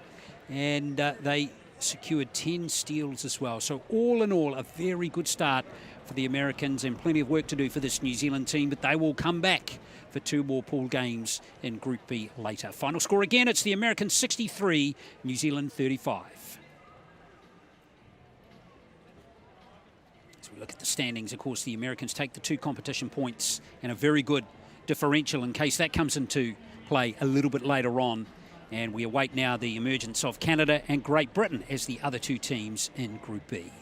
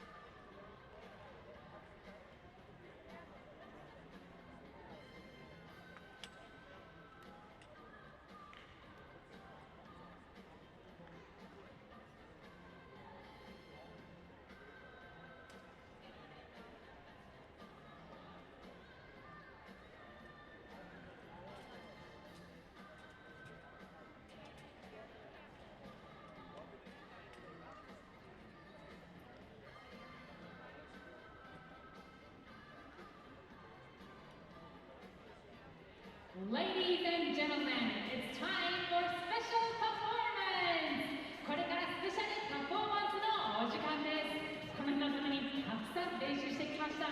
ダブルダッチお楽しみください。Are you ready? Double Dutch, here we go!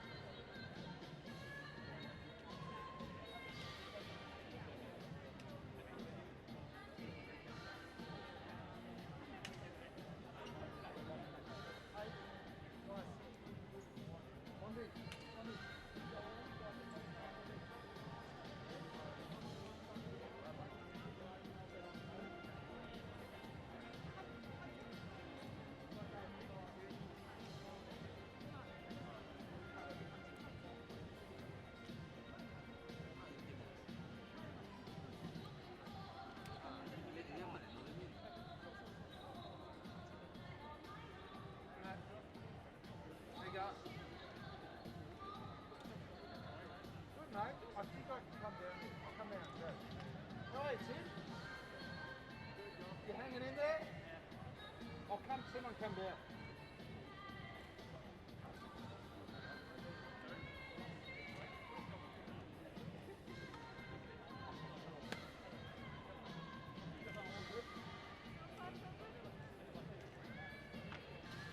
Ladies and gentlemen, now let's welcome our athletes to the stadium. これから車椅子ラグビーの選手たちがウォーミングアップのために会場に入場します。皆さんぜひ大きな拍手でお迎えください。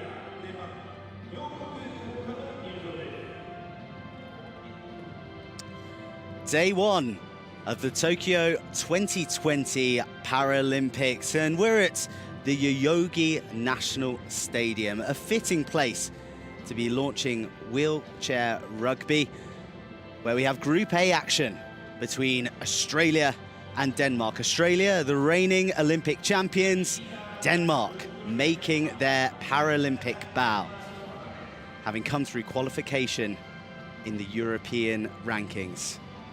Crowds have been permitted, but only for the lucky few school children of Tokyo. And don't they look immaculate? A sign of the times we're living in, socially distanced, but wonderful for there to be an audience for these athletes who are going to be going toe-to-toe in one of the most brutal of the Paralympic disciplines. But don't be fooled by their names of murder ball, combat chess that have been bandied about the years. It's a game of strategy, it's a game of tactics, it's a game of deftness. The referees with a North American flavour, Chris Shaw of Canada and Josh Kearns of the USA.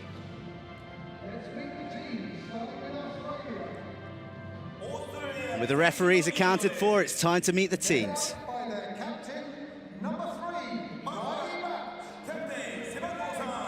So Riley Batt, the most famous man in the sport of wheelchair rugby, leads out the Australians just as he led Australia out last night at the opening ceremony as one of the co-flag bearers.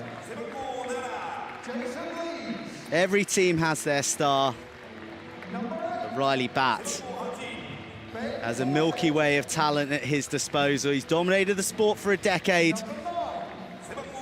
and should he clinch gold here in Tokyo, he'll become the most decorated man in the sport. The Australian team sheet, it boasts big game experience across the board, but there are three debutantes in Jake Howe, Mika Zane, Richard Vorris and Shay Graham, the first female to represent Australia at the sport. Brad Doubley, a legend of wheelchair rugby in Australia. He's been there, he's seen it, he's done it, and he's been ever present as a player or coach since 2000. Jaden Ward. Number 24. Josh Hose. And last but not least, Josh Hose, who's one of 5 players seeking a treble of Olympic golds, something that would be completely unprecedented in this sport, just as they did in going back-to-back at Rio. Now it's time to meet Denmark. Led out by their captain, number 3. The Danes, led out by their co-captain, Thomas Pay. Leon Jørgensen. Number 2. Morten Elmholt. Number 4. Dynamic in Europe, defeating France Number 5. in the semi-final of their European qualifier, what must seem like an age ago. They're here on merit and they're a rising force Number 7. in the game of wheelchair rugby. An increased level of professionalism brought to their game through coaches like Thor Fredriksson and Jason Rieger, the highly decorated USA player. Number 10. Sebastian And Sophie Fredriksson. Scalbo, Number 11. the only female representative, one of 4 here at the Paralympics, a co-captain. And there's Rieger, who will have more than a score to settle, having featured in that 2016 Paralympic final, where Australia pit the USA after 2 sessions of overtime. Jason Rugier. Jørgensen, distinctive by his headband, although there are a few knocking around there stylistically for the Danes. Ladies and gentlemen, the anthem of Australia. それではオーストラリア国歌の演奏です。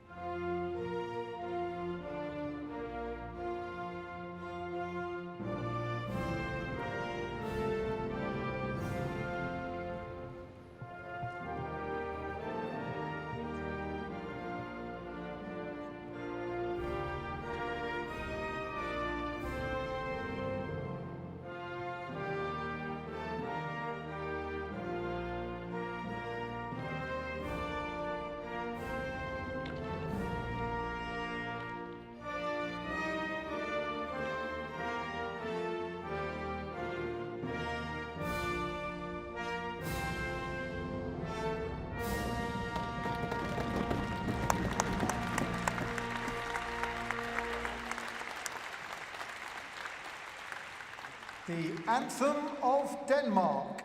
続いてデンマーク国歌の演奏です。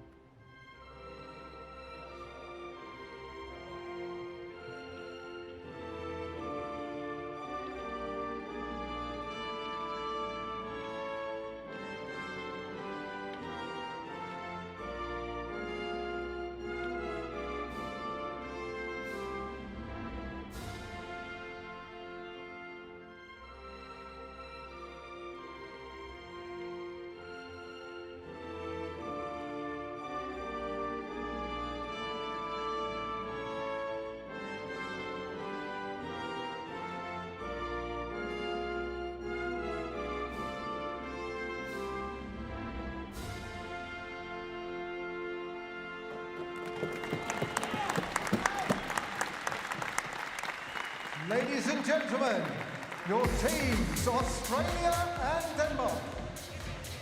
So both anthems warmly embraced with a bit of passion and wheel smashing at the conclusion. And there's the squads of 12 for each nation, full squads of 12 wheel away. It's time to reveal the 4 players who will be taking the court. And Riley Batt, the captain, starts alongside his partner in crime, Chris Bond. These two deliver tries aplenty. They'll be flanked by Michael O'Zane, who makes his Paralympic debut. A talented, a rich bench to call upon. You'll be seeing all those names as the action unfolds.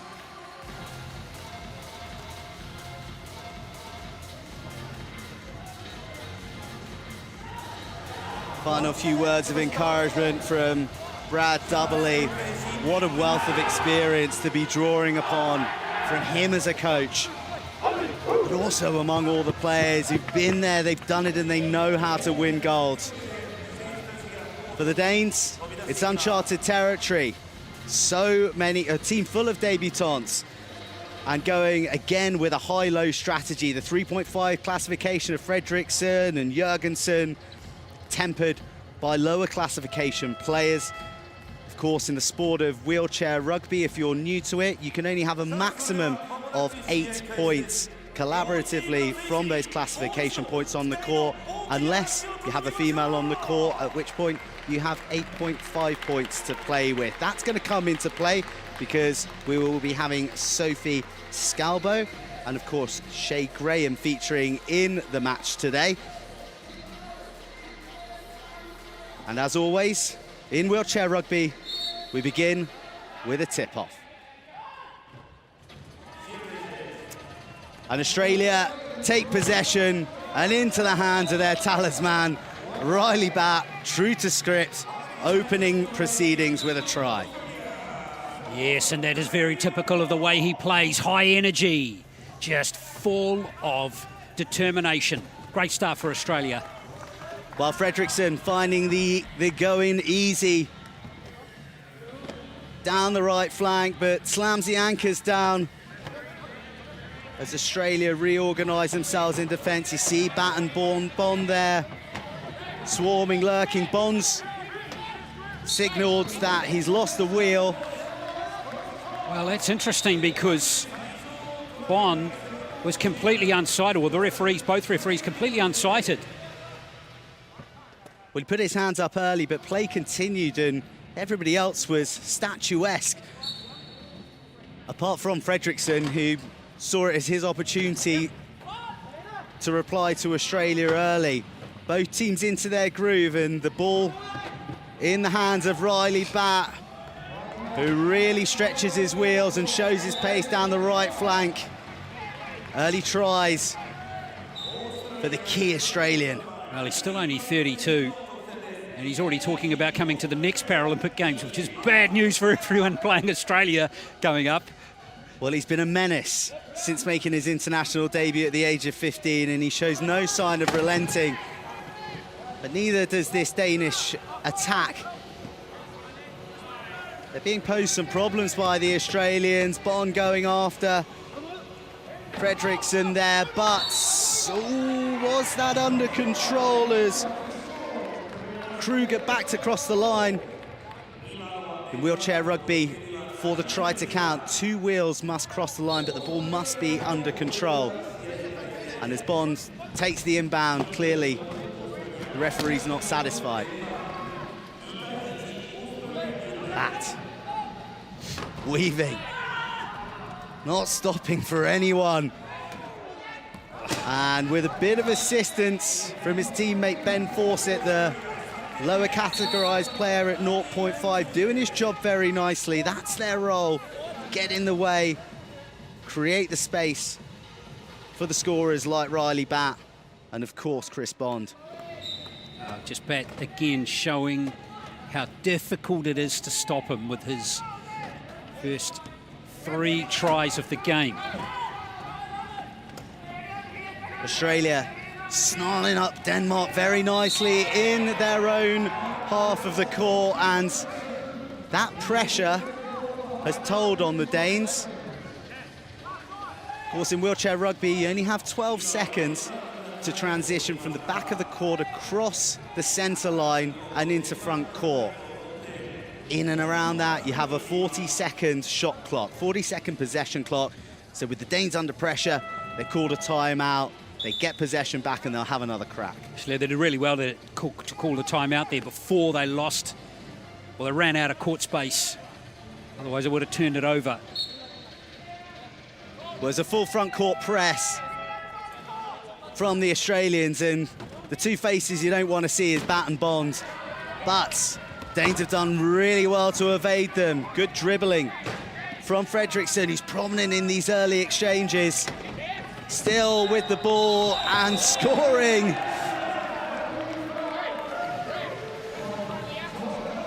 But at the expense of his balance, with a big hit coming in, very, very close to him crossing the line.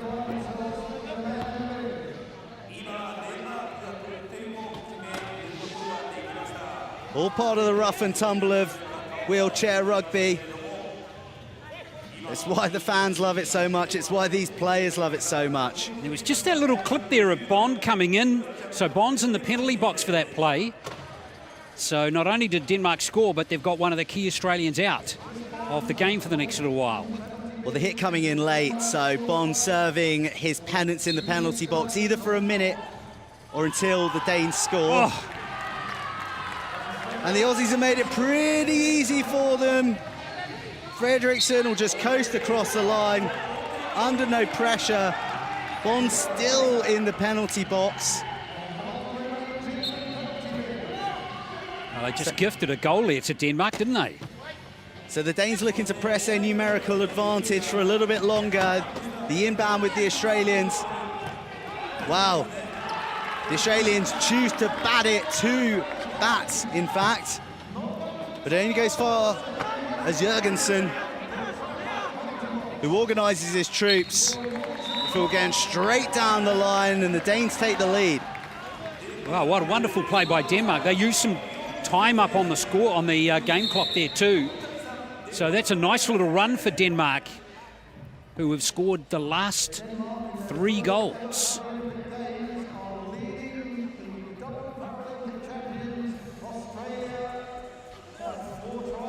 Quick tire change for the man who's been busiest in the red jersey thus far. Fredriksson will be key, as will Mark Peters, who lies in wait on the substitute bench wearing number 11. But Bat, after a period being manacled in his own backcourt, says enough's enough. He's got his running partner Bond alongside him, and that's his first of what I'm sure will be many tries at the Paralympics. How many times have we seen that down through the years? Bat to Bond, Bond to Bat. Get used to it, folks. It's going to roll off the tongue real neatly after the next 5 days of action. But the Danes acquitting themselves very nicely, but crucial disruption from Bond.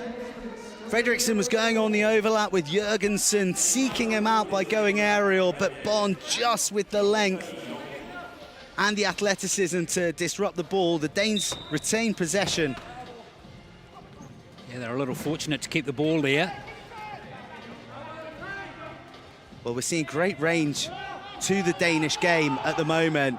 One of their lower value players is free by the key, and excellent control in gathering. That's Kruger. Fredriksson rather did really well there to delay his pass and timed it to perfection. Well, that's real smart use of one of their lower category players there in Kruger. A 1-point classification, often left unattended, not deemed as much of an attacking threat because their key role is to defend, but showing excellent handling skills there to open his account.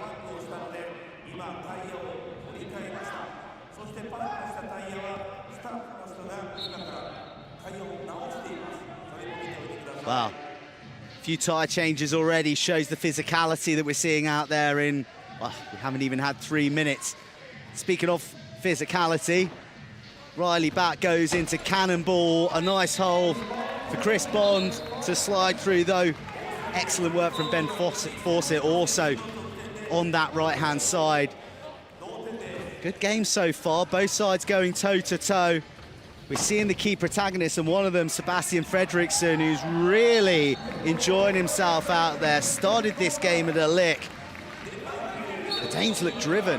Yeah, look, he's quite experienced, Fredriksson, even though he's competing at his first Paralympic Games. He has been to 2 World Championships and 2 European Championships, and he's a key player for Denmark, no question. And Australia are going to turn the ball over. Great defence, great pressure from Denmark there. Yeah, that harrying from the Danes, just swarming in the front court, cutting down the options, and it's forced Australia into a timeout, their first one. And timeouts can be used tactically, but they can also be seen as a demonstration of the pressure that's being exerted on the attacking team. Oh, interesting start to this game. It was a very quick start for Bat and Bond and the rest of the Australians, but since that early penalty box infringement by Bond, it's really brought Denmark back into the game nicely. Fair play to them too. It's not easy sometimes to get quick tries in the sport, but they did really well there. Well, both teams looking good from the get-go. Bond looking to manoeuvre it to Bat. Has he got the muscle? You betcha.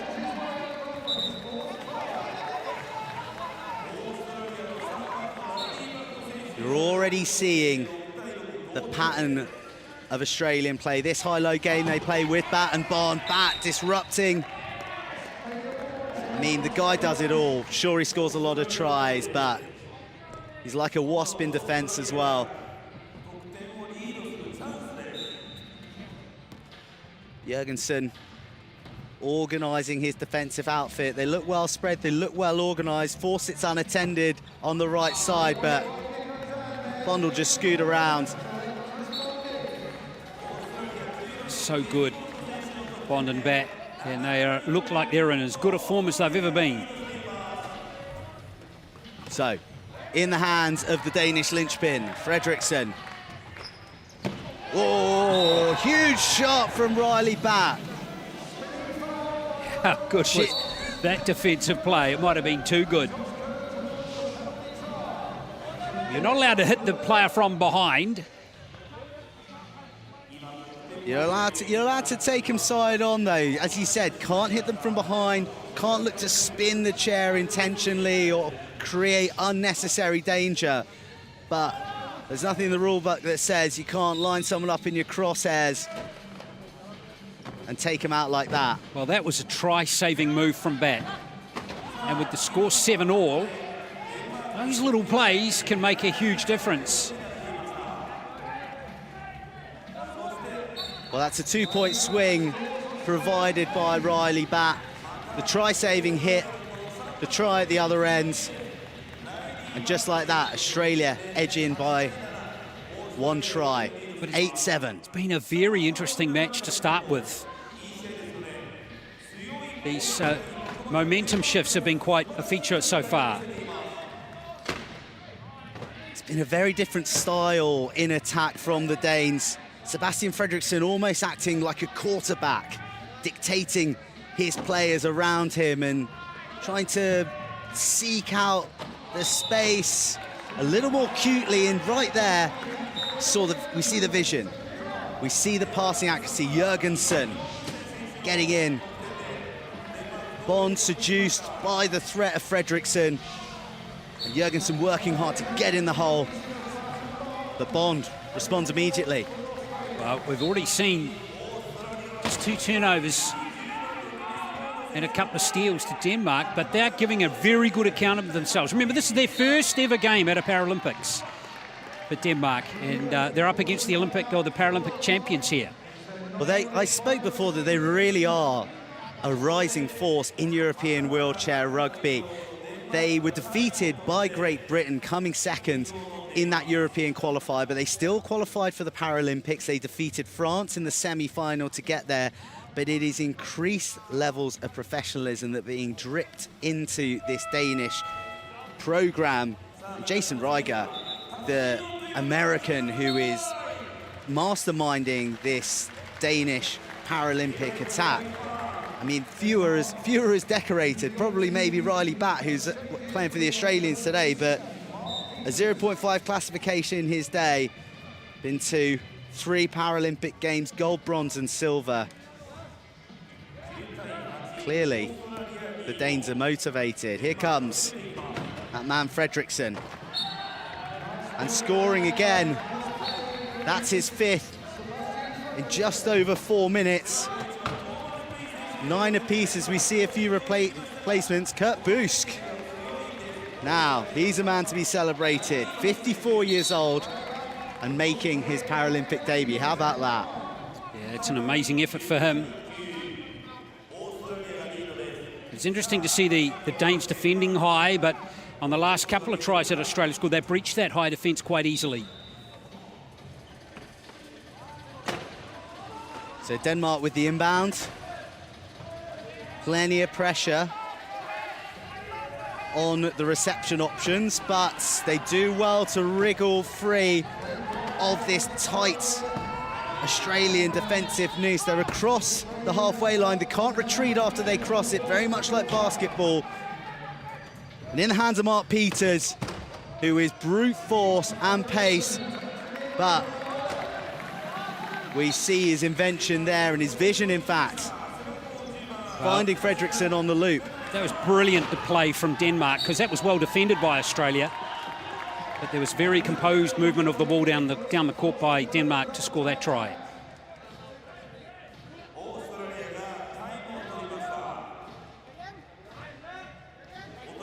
So the Danes with 2 similarly high classification players on the court right now. Sebastian Fredriksson and Mark Peters, both 3.5 classifications. I mean, the other 2 members on court as 0.5s. That's Busk, and it's Thomas Pay who's also entered the game. 103 years between the two of the 0.5 classifications, but doing a youthful and exuberant job in allowing Peters and Fredriksson to create opportunities. Wow, is this a turnover? It is. Excellent work, close to the key. The Australians fighting to get it back, but Peters dribbles free. It's a real tussle out there at the moment. Well, that was really good play from Fredriksson there. He only had a second left. You got 12 seconds to cross the halfway line. There was only a second left before he called that player timeout. Didn't the Australians, after turning the ball over, transition into defence very quickly?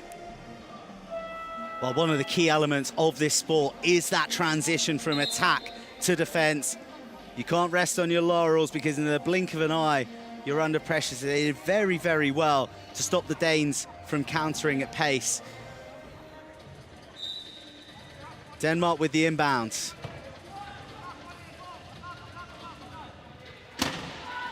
Fredriksson using his teammates well. Peters advancing into the back court.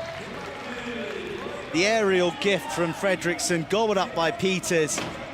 These 2 working in sweet harmony at the moment. But they'll need to stop Bonds, who's got back by his side. No chance with that much space. Oh, brilliant first quarter from both teams here. This is good stuff. Very, very good stuff. For many, they'd have Australia down as the walkover winners of this game. But as we said, these Danes are rising force, and they're not just living with Australia, but they're teaching them a thing or two as well. That man, Sebastian Fredriksson, highly influential. 7 tries for him already. Good pace as well, shown by him right there. Bond is no slouch.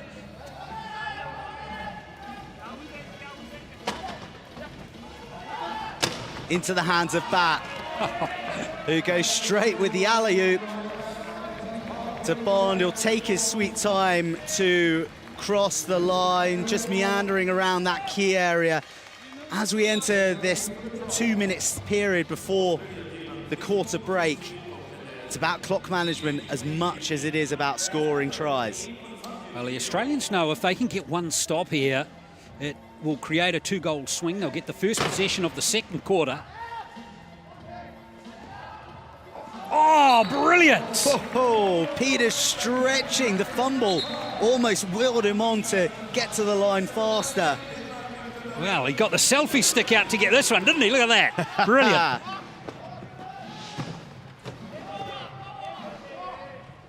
So for all of the Danes' good work in scoring in this half, the Australians still scoring themselves with a lot of freedom. Although Denmark are organised here. Bats lurking ominously and launching attack like a dive bomber. Just squeaks across the line despite Mark Peters' best efforts. Bat had nudged the post on his way through. It wouldn't have been a try, but too much power, too much strength. It's a lovely ball to Fredriksson. When he and Peters are on court for Denmark, magic happens. They're looking good, but that's great defence. Not enough to stop Fredriksson getting in for another. That's his 9th of the quarter. Really does it all.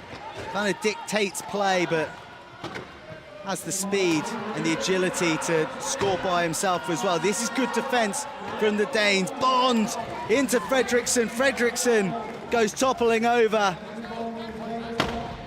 And it's a good physical match so far, isn't it? A few tumbles. Now you're wondering why Australia haven't scored yet, even though they want to use as much time up. The whistle's gone anyway as we see a player down on the half court. But they want to score here at the last possible second to deny Denmark the opportunity to take the lead before the quarter break. That's what that is all about. Well, 12.8 seconds remain for Australia to level things up before the conclusion. Really quite gripping first quarter. Bond will have the inbound. Bat will swing round the back. Danes are making it real difficult. They get him across the line. They'll have 8.9 seconds to fashion a retort. Well, if Peters and Fredriksson are out there, look out. Wow, they've linked up well. The clock's against them. 2 seconds remaining. Huge defence from Riley Bat means we end the first quarter here 14 apiece. And that is a good quarter of wheelchair rugby.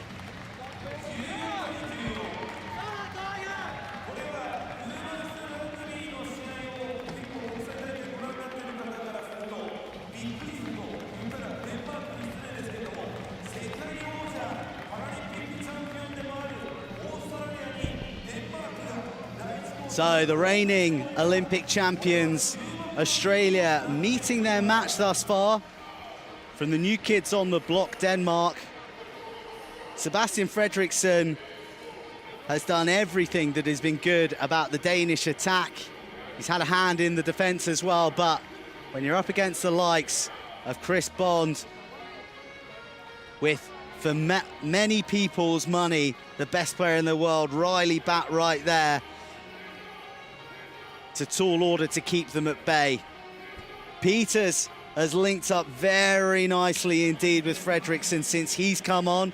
Wasn't a starter, but this big high-low strategy that they played in the second half of the quarter, reaping rewards.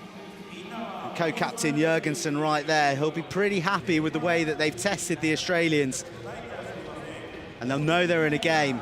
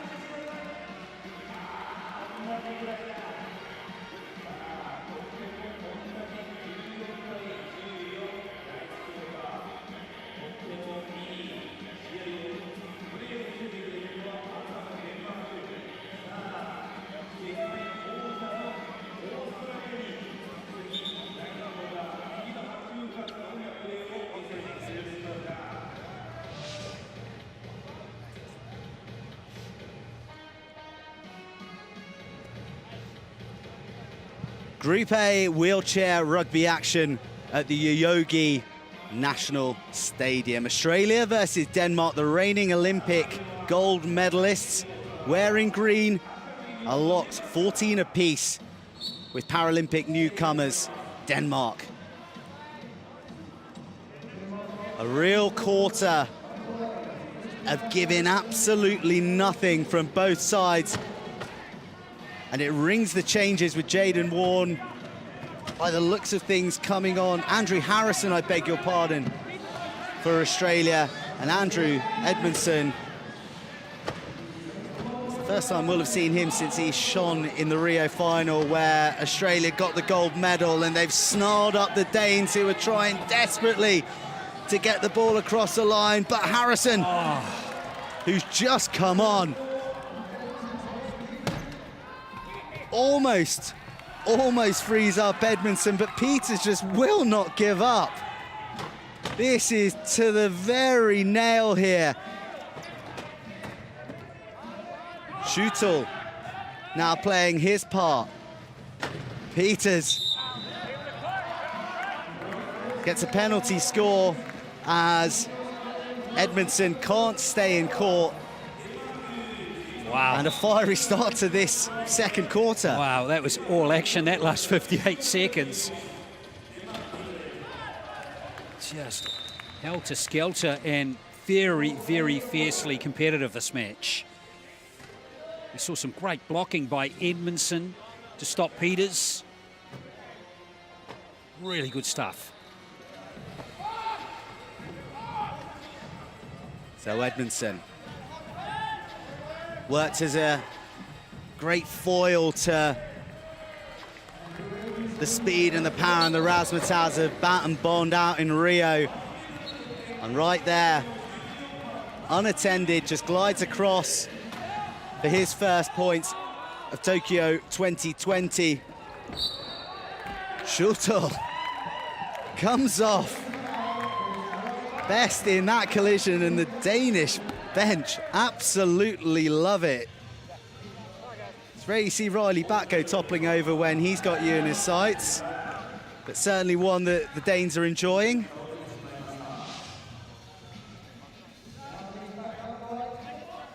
Yeah, it was a little bit unfortunate with the timing there, but... Well, credit to Schutel as well, who managed to hold on to it as well, despite taking a pretty big contact from Riley Bat. Danes with the inbounds, and in the hands of Peters. Riley Bat dispatched to the penalty box for what will probably be less than 60 seconds. Oh yes, it's always an interesting one, this one, isn't it? Peters is going to take the opportunity. There's a man who's enjoying himself out there, isn't he, in the Yoyogi? Not happy with the way he was being defended there at all.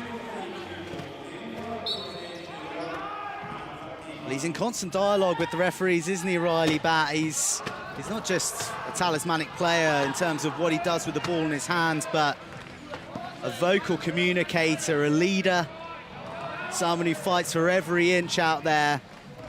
He takes his frustration out on the Tokyo planks at high speed, plenty of revolutions, and levels things up, 16 apiece. 9 tries already.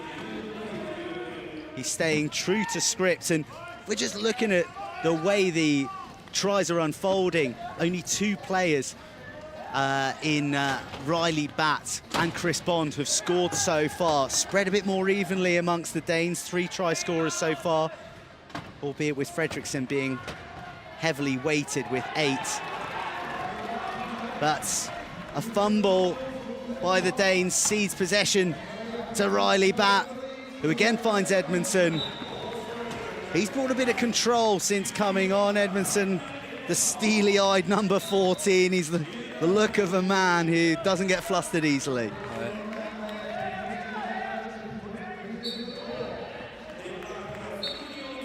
Well, Peters responds. We're just seeing there the turnovers, 2-0 at the moment.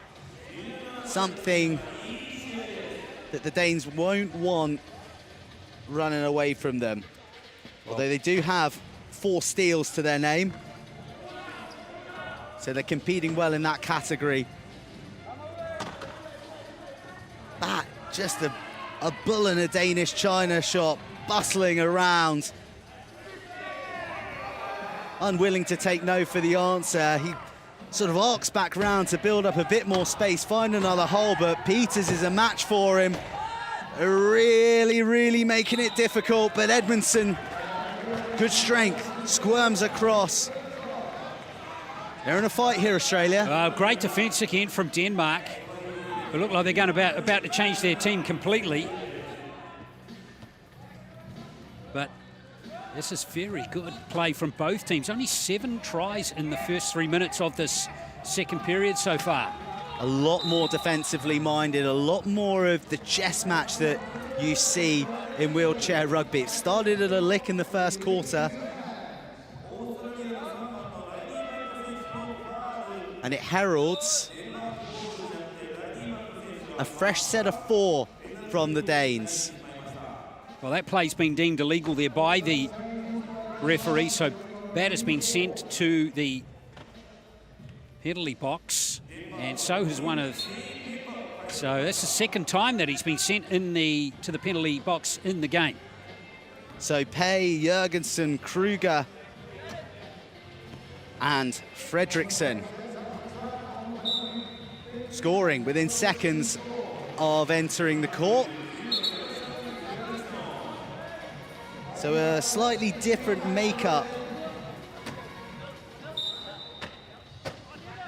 from the Danes. Let's see how the Aussies cope with it. Well, cope with it as they have all game. They are able to strike from depth with real ferocious pace and like an arrow at times, just piercing through the red defensive sea. Oh, brilliant play again by Bat. He just had way too much momentum for any of the Danish defenders on that occasion. Fredriksson working well with Kruger. Kruger offering himself as a good nuisance, trying to take out Edmondson, who's wheeling back to stop Fredriksson. You see at the moment it's 3-on-2 because 2 of the Aussie players have got Jurgensen locked up in the other part of the court, so they're backing their 2-man defence to be able to stop just Fredriksson and the other 2 lower classified players. Well, it didn't work on that occasion. It always looked like Denmark were going to score on that occasion, but interesting tactics by Australia there. Great pass by Bat. You know, Edmondson's a very good player. He's of a middle classification, 2.0, and if you can fashion yourself a world-class athlete at that classification, hugely beneficial for your team. Absolutely. I think Jurgensen maybe with a bit of the red mist from having been locked up by the 2 Australian defenders from a moment ago, came hurtling in. Big shots all round, few sparks flying, but it did leave all that room in the back court for Edmondson. Makes amends though, crosses the paint, levels things up, 20 apiece. And Bats seeking out Harrison. The gloriously, marvellously mulleted Harrison. 2 gold medals under his belt.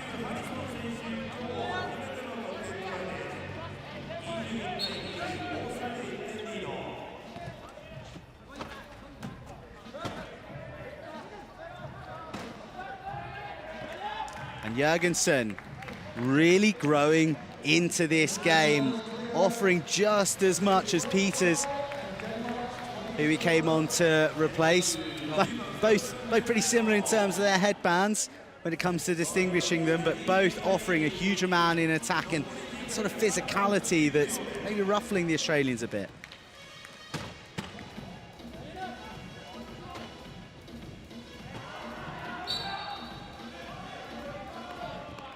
Well, strong defence from Denmark. Holds Riley back, but it was illegally so. Denmark go down to 3 for the time being. Jesper Kruger. The man being earmarked as the one causing the violation.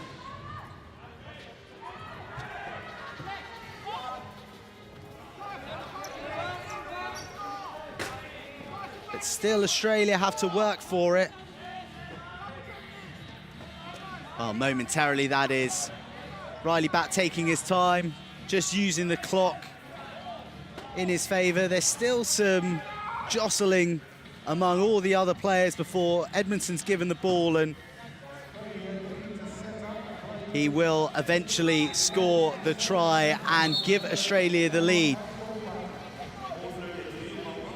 Well, we've pretty much been going try for try in this second quarter. It's been very interesting after that fast start that Australia made, but since that penalty infringement by Bond, which allowed Denmark to come back very quickly, they've really grown with confidence, as displayed right there. Brilliant work. Well, big confrontation, but the Danes come away with it. That is excellent, excellent work from Jesper Kruger in holding on to possession, despite being battered by two Australian defenders. And Jørgensen roars with delight as he levels things up for the Danes. Oh, brilliant play here. Here again, really strong, composed play. Back crashing in. Edmondson arriving on the scene. Still getting the ball away into red hands.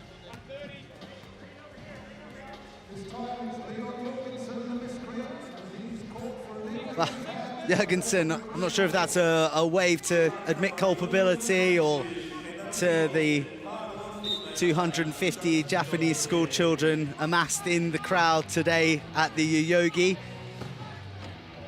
But either way, we'll have some time to reflect on the game in the penalty box. And this is Australia using their time to manipulate the final few seconds. The last 90 seconds as it'll pretty much be left with, approaching the half-time. We saw it before in the first quarter by scoring in the last play and not giving the opposition an opportunity to go again. It can create a 2-point swing dependent on who has possession to start the next quarter. Ooh. That was great hands from Fredriksson. Fabulous hands before. Two Danes get in the way of each other. Kruger and Fredriksson. Well, that was a big play right there. With less than 90 seconds to go, a turnover has given Australia the ball with a chance to get a 2-try lead. And they're in no rush.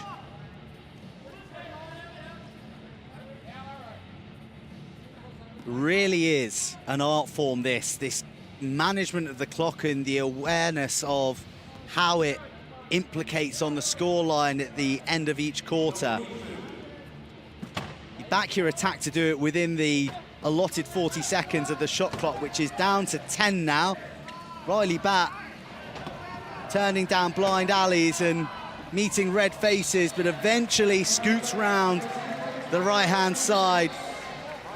44.5 seconds left of this half. Australia leading by 2. It's the biggest shard of daylight between the two teams since the match began. Oh, brilliant play.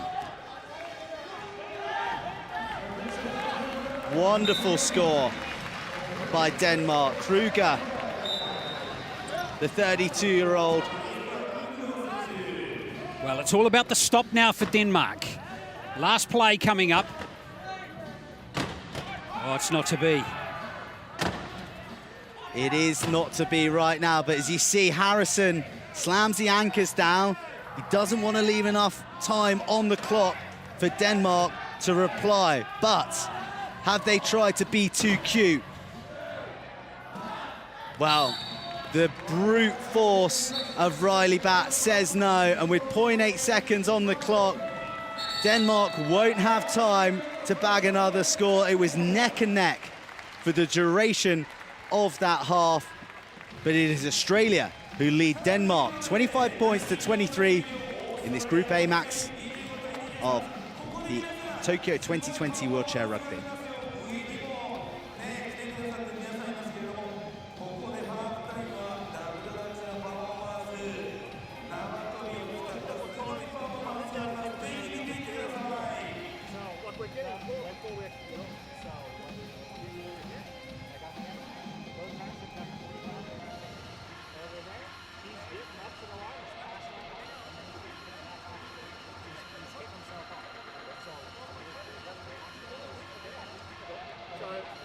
So are you calling the 45 from where they released the ball now? Or on the line? No, I understand it's been different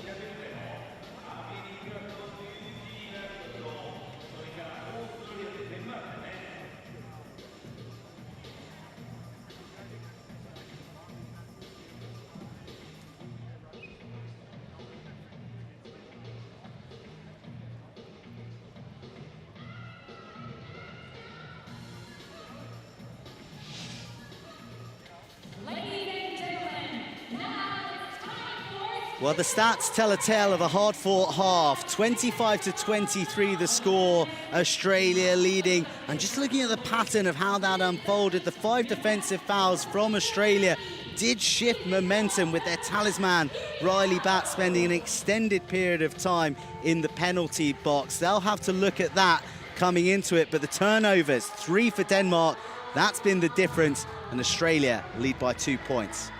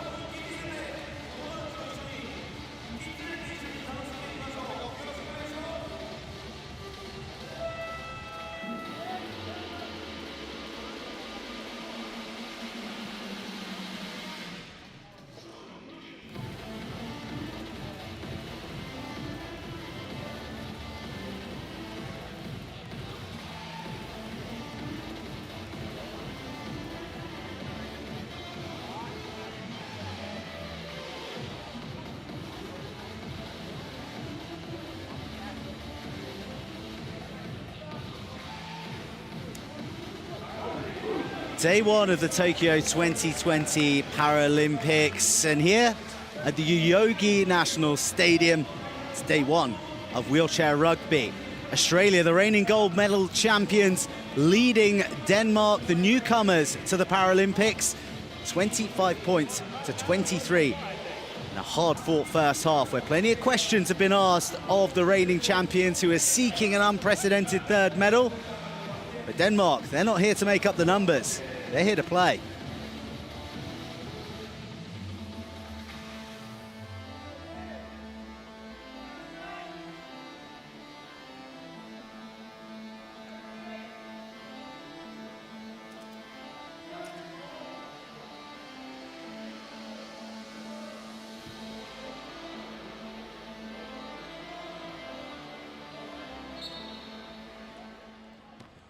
Group A of the Tokyo 2020 Paralympics wheelchair rugby, and Australia versus Denmark, leading 25 points to 23 with the second half commencing.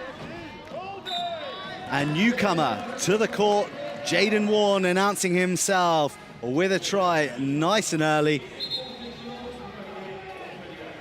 Yeah, great work from Warne there. Really creative, found the space nicely. That we haven't seen much from the first half from Warne. He's still a very experienced player.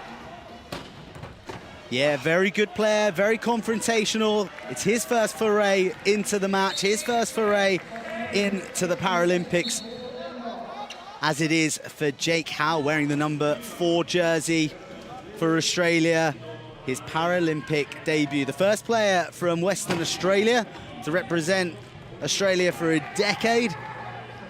And now a Paralympian, as Chris Bond, a man who's seasoned out on these Paralympic courts, chasing a third gold medal, starts scoring again to open up a 3-point lead against Denmark, who for much of the first half were toe-to-toe, even leading the much-fancied Australians.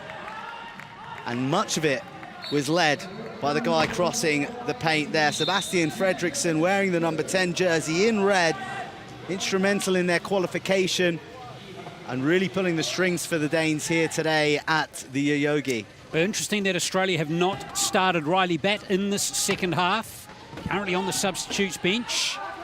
So Warne becomes a key figure, Bond as well. He's wearing 10, he's up on the left of your screen there. Well, Warne failing to find his other high category player in Chris Bond. That old bat-bond telepathy not quite as tight with Jaden Warne, but he's just been introduced to the game, so we'll give him time to settle. But it'll be an Australian inbound after the mechanics get stuck into Chris Bond's hardware. Now, we did see some medical attention on the right shoulder of Riley Batt at half-time, so whether that is a reason Coach Doubley has just decided to err on the side of caution, not sure, but keep your eye on when Riley Batt is reintroduced into the game. Well, Chris Bond weaving into the heart of the Danish defence at high velocity, and really once he's in behind enemy lines, it was a cheeky alley-oop from Jaden Warne for more Australian points. A 3-point lead now. Might not sound a lot if you're new to wheelchair rugby, but these margins are fiercely difficult to overcome. Warne doing A bit of defensive work on Fredriksson, who's been well in the tries for the Danes.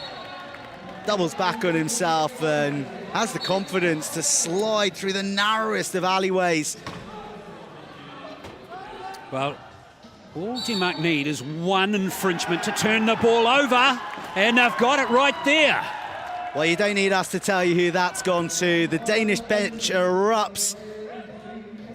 Chris Bond barks instructions at his now defensively minded Australian team.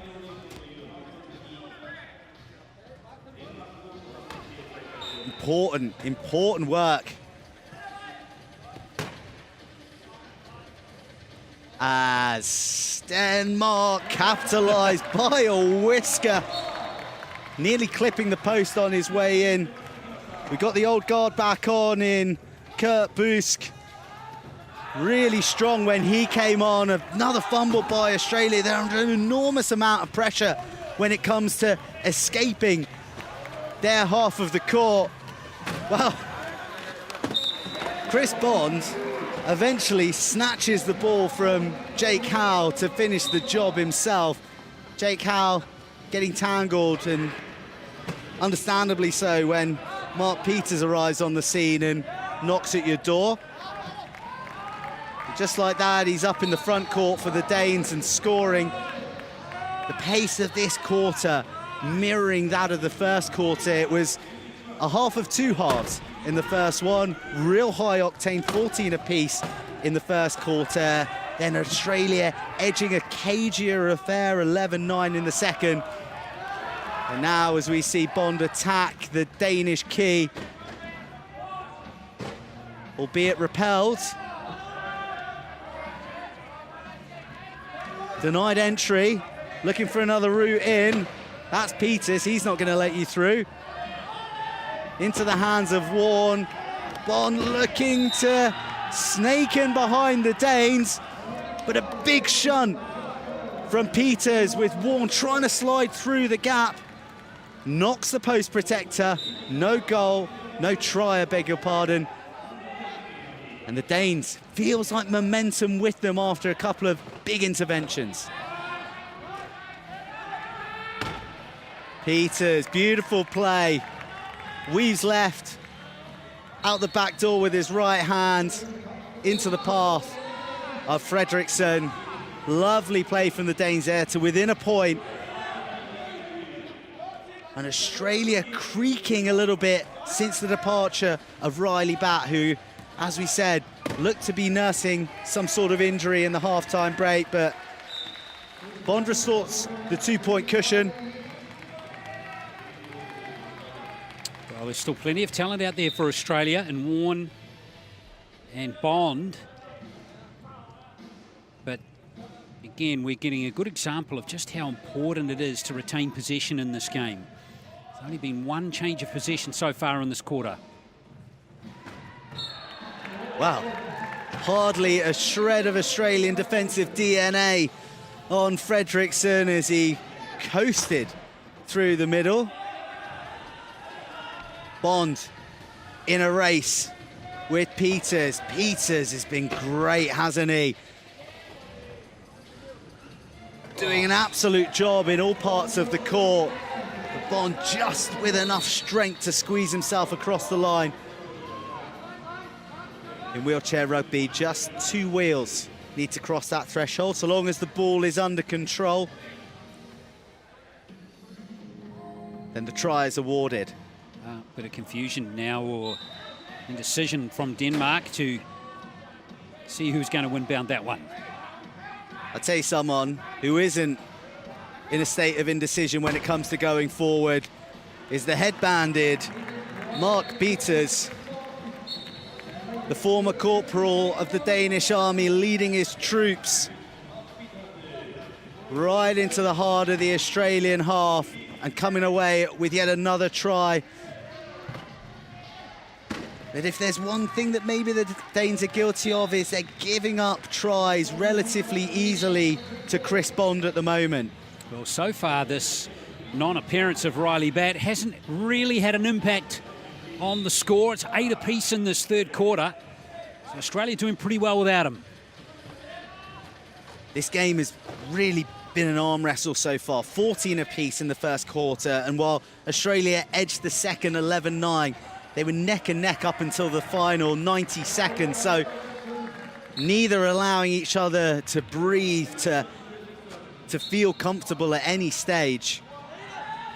And it's mirrored in this third quarter. Bonds locked up, alley-oop over the top, out the back, beautiful to Jaden Warren.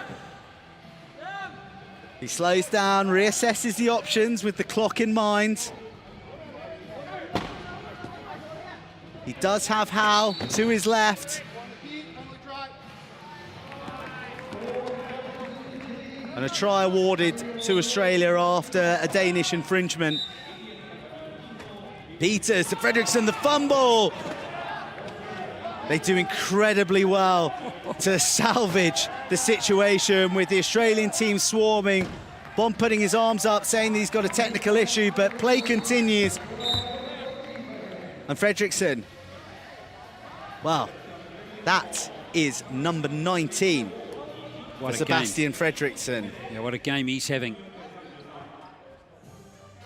But there's only been one changeover in possession in this entire quarter, so it's been very efficient attacking play from both teams, all the way through. The Danes continuing to make life uncomfortable for the Australians as they look to exit their half. Jaden Warren chased down by Fredriksson, still in possession, although Fredriksson seeks to dispossess him, and he gets the decision as well. Well, that held ball has gone to Denmark on the rotation. So there's the second turnover that they've been trying so hard to get in this quarter. Well, here's a moment in Danish Paralympic wheelchair rugby. The co-captain, Sophie Skalbo, brings her tactical nous onto the court. And you might be trying to add up the classifications and seeking a disparity in the numbers that are on there, but when a female player is on the court, the team classification can add up to 8.5 instead of the regular 8.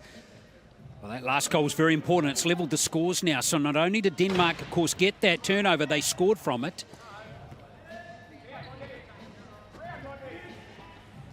Warren finds plenty of space down the left channel. Funnels his way in across the line.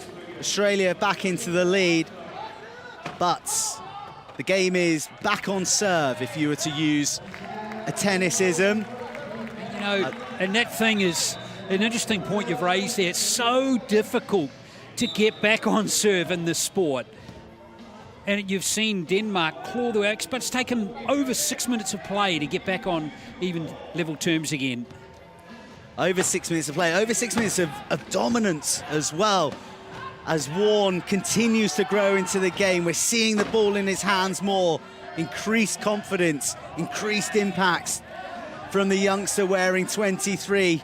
Weaves back around to the left funnel where we saw him cross moments ago, but 3 Danish players lock him up, but wonderful vision. Wonderful lightness of touch to flip it to Bond. He just scooted in behind the Danish defence to edge Australia ahead again as we enter the magic 2 minutes, approaching the conclusion of the third quarter. Clock management integral during this period, as well as looking for massive hits. Well, this timeout's also been called by Australia to get Riley back on court. So he's had a good rest. He has not played at all this quarter. So now Coach Dudley is going to give Bat license to give it everything over these last 1 minute and 51 seconds of this quarter. And then, of course, the 8 minutes to come in the last quarter. So the main man is making his way back to the court. Oh, brilliant play from Fredriksson. And he's linking up very, very nicely indeed with Peters. In fact, Peters and Jurgensen both very interchangeable with the way that they've been playing with Fredriksson, and they've got a lot of variety to the way they attack. They're a real all-court team. They've got the power and they've got the pace that's evident, but the interplay is also pretty alluring as well as a spectator. Maybe not so much if you're an Australian defender, as we see a potential turnover. Oh, expert handling from Riley Batt. What a bit of magic on the pickup. And then nonchalant just launches the ball down court. He knew where his man Bond was. That was a touch of stardust on the court. Absolutely fantastic from Batt there. Wow, that was a real treat to see there. That putting in some defensive duties, but oh, Fredriksson a match to it. Batt just coming over to check that he was all right in crossing the line. Very courteous of Mr. Riley Batt. And like the Green Hornet, he's off and away. He's down the other end of the court, but decides not to score immediately. Calls upon his teammates. Again, this crafty clock management. Less than 60 seconds remaining. So what he's ensured there is he's, again, getting one more possession. It's ensuring that Australia have the last possession of the quarter. So the Danes either need to score quick, sharp, which they are. Oh, and that is a crucial try for the Danes in terms of the manipulation of that clock. Australians will be livid about that. Oh. And a fumble, a hit, and Peters comes away. The Danish bench erupts. They know how important that is. They've got the clock, they've got possession. It's a matter of executing with the pressure on and the clock ticking down. Yeah, they'll want to use up as much time as they can possibly can here.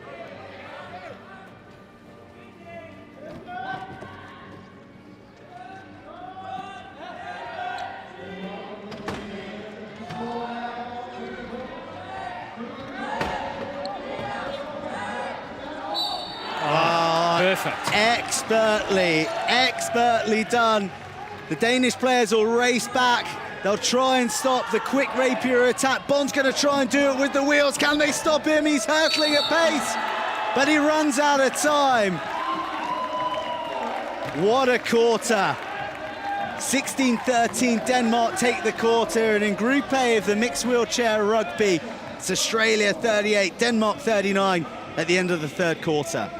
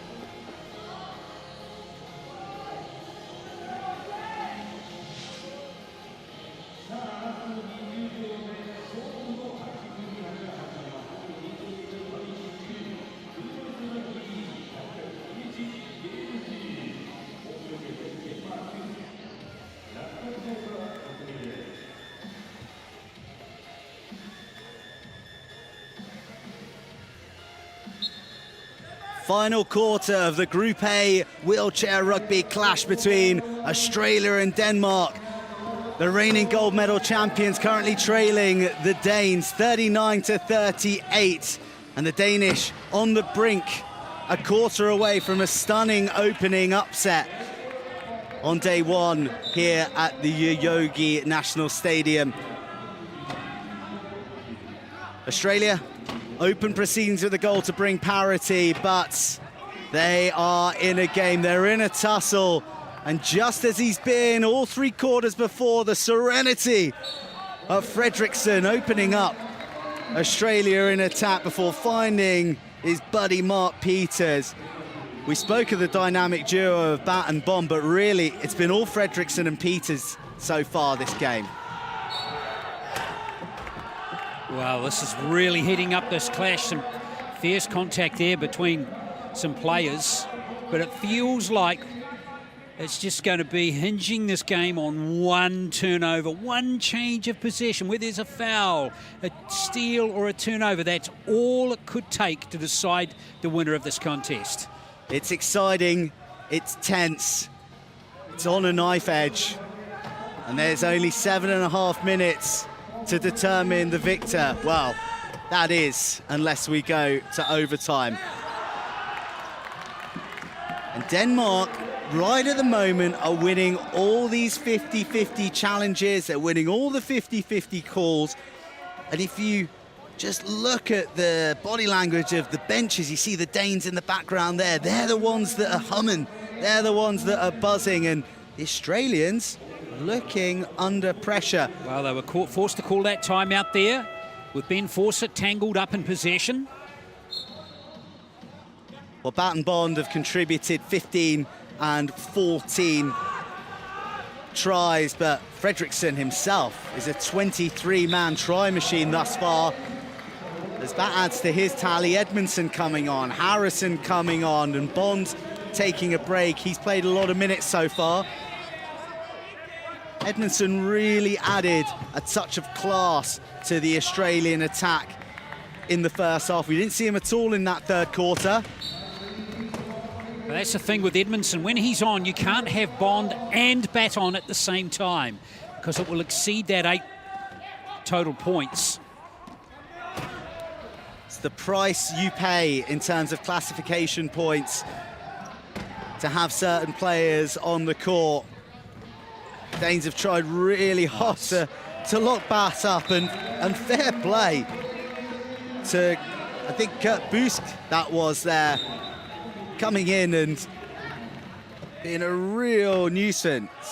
Sorry, Thomas Pag. Hey.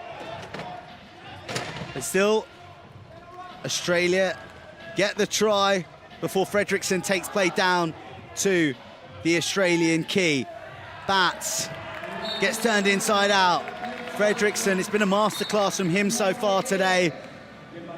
But the Danes still only leading by 1. 24 tries to that man of the Danes, 42 thus far. Tough going, the clock working against the Australians. Can they get across the halfway threshold? They do by a whisker. Brilliant, brilliant play. What a catch from Bat. That was so classy.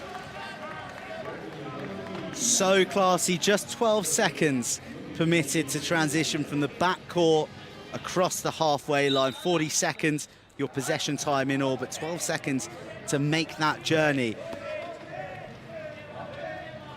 And Riley Bat doing it by an inch of a wheel.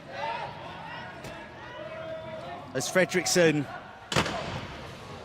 finds his man Peters, who's just waiting up top. He's known for his pace, he's known for his brute force, but shown a lot of intelligence in the areas of the court that he's operated in today. Denmark leading by 1. And while we're rightly celebrating the 24 tries of Sebastian Fredriksson, we must acknowledge the work that his lower classification players have done around him to to give him that space, to give him that freedom to travel down the court and link up with Peters so well. Fredrickson's going to try and derail Edmondson, but it's Edmondson who comes out on top at the expense of a big old wipeout. And look at that face. He's got igloo ice running through his veins, that man. Brace for impact, didn't he? Did really well, actually, not to get knocked off his position there. Not even a bobble of the ball. It's not his first rodeo, is it? And that's just the nub. Coming into 5.5 minutes left.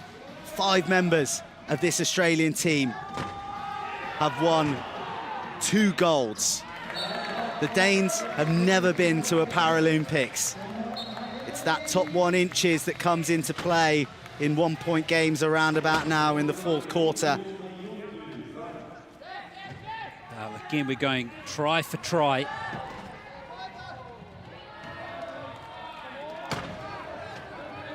Well, Bat, what do you do about a guy when he's in the mood like that from the backcourt? Slaloms his way through the red jerseys of Denmark. Well, both teams will be thinking now with them trading tries is who's going to get the last possession. That will be what it's all about here. And one thing Australia will want to be doing is they'll be wanting a tie scoreline with the last possession. And this is what is coming into play very soon in this game. Or is there a big turnover to come, a big momentum shifter? We saw it in the 3rd quarter from the Danes. It's worth mentioning too that if we are tied at the end of this game, we will go to overtime. There's no ties in wheelchair rugby. Ooh! Fumble from Harrison, wow. Edmondson. He's the dustpan and brush, and oh my goodness, brilliant. He's the wizard as well. How did he find Bat? Under extraordinary pressure. That was almost worth a bonus point, that play. Brilliant stuff from Australia. Wow, wizardly from Edmondson. But he needs to cast a few more spells on this Danish outfit if they're going to get out of this Group A opener with a victory. And how good are the Danes operating as a unit? Well, how incredible was every time you see Peters tied up, suddenly Fredrickson's in the clear and he's scoring, and it's the other way around a lot of the time. Brilliant work. Peters has got Bat in his sights. Holds him before Fredrickson turns up. Specky over the top, but Edmondson, fabulous handling. This match coming alive and drawing out the highest caliber of skills from all of these players now. Oh, how are you, Mr. Bat? I'm Mr. Peters. We've got a 3-player jam happening, which is going to open up a lot of space here for Denmark. They've got a 3-on-2 situation. So that leaves Riley Bat up against Mark Peters, backing himself to shirk off the attentions of the lower category player that was flanking him. But as you heard, the murmur, of approval from the Danish bench. Well, that was an interesting play because at this point, assuming each team is going to score on every possession. Oh no.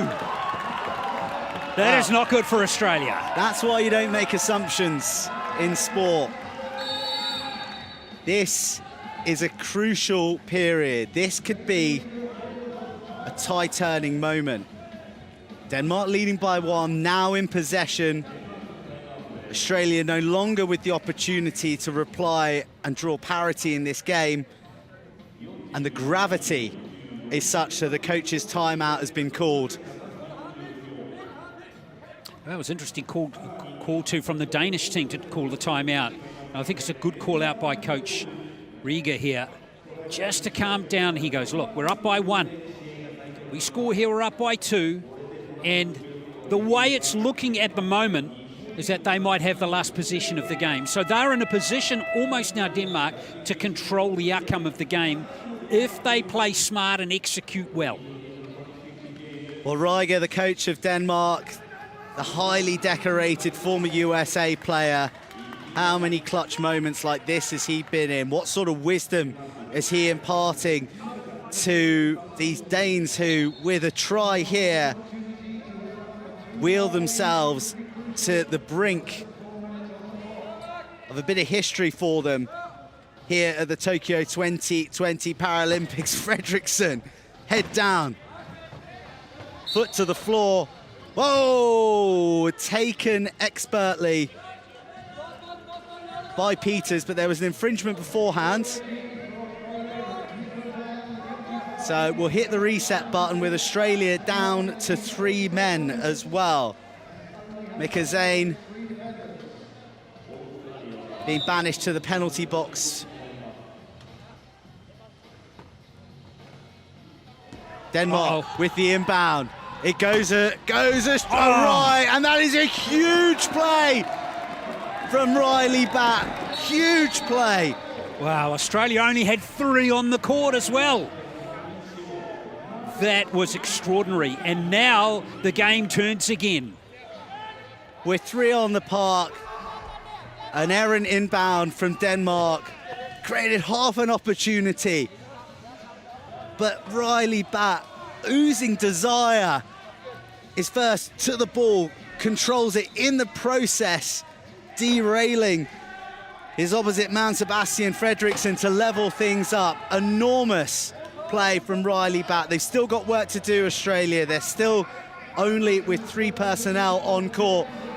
And Peters will put his head down and ensure that Denmark still lead by 1 point, but they've shunned an opportunity to give themselves a 2-point cushion. Well, yes, they have. And he thought about soaking up a bit more time there and thought, you know what, I'm going to get our team ahead.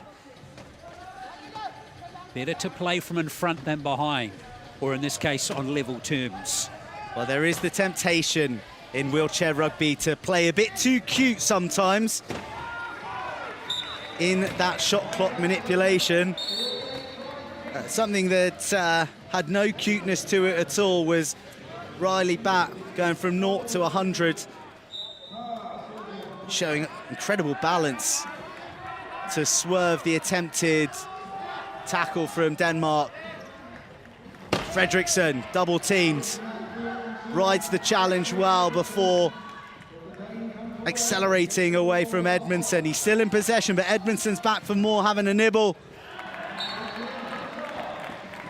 Fredriksson finishes the job. The Australians still need 1 more turnover. They need quick goals, and they need 1 more turnover. Quick goals. Well, here's your delivery boy. Riley Batt in again, scoring his 22nd.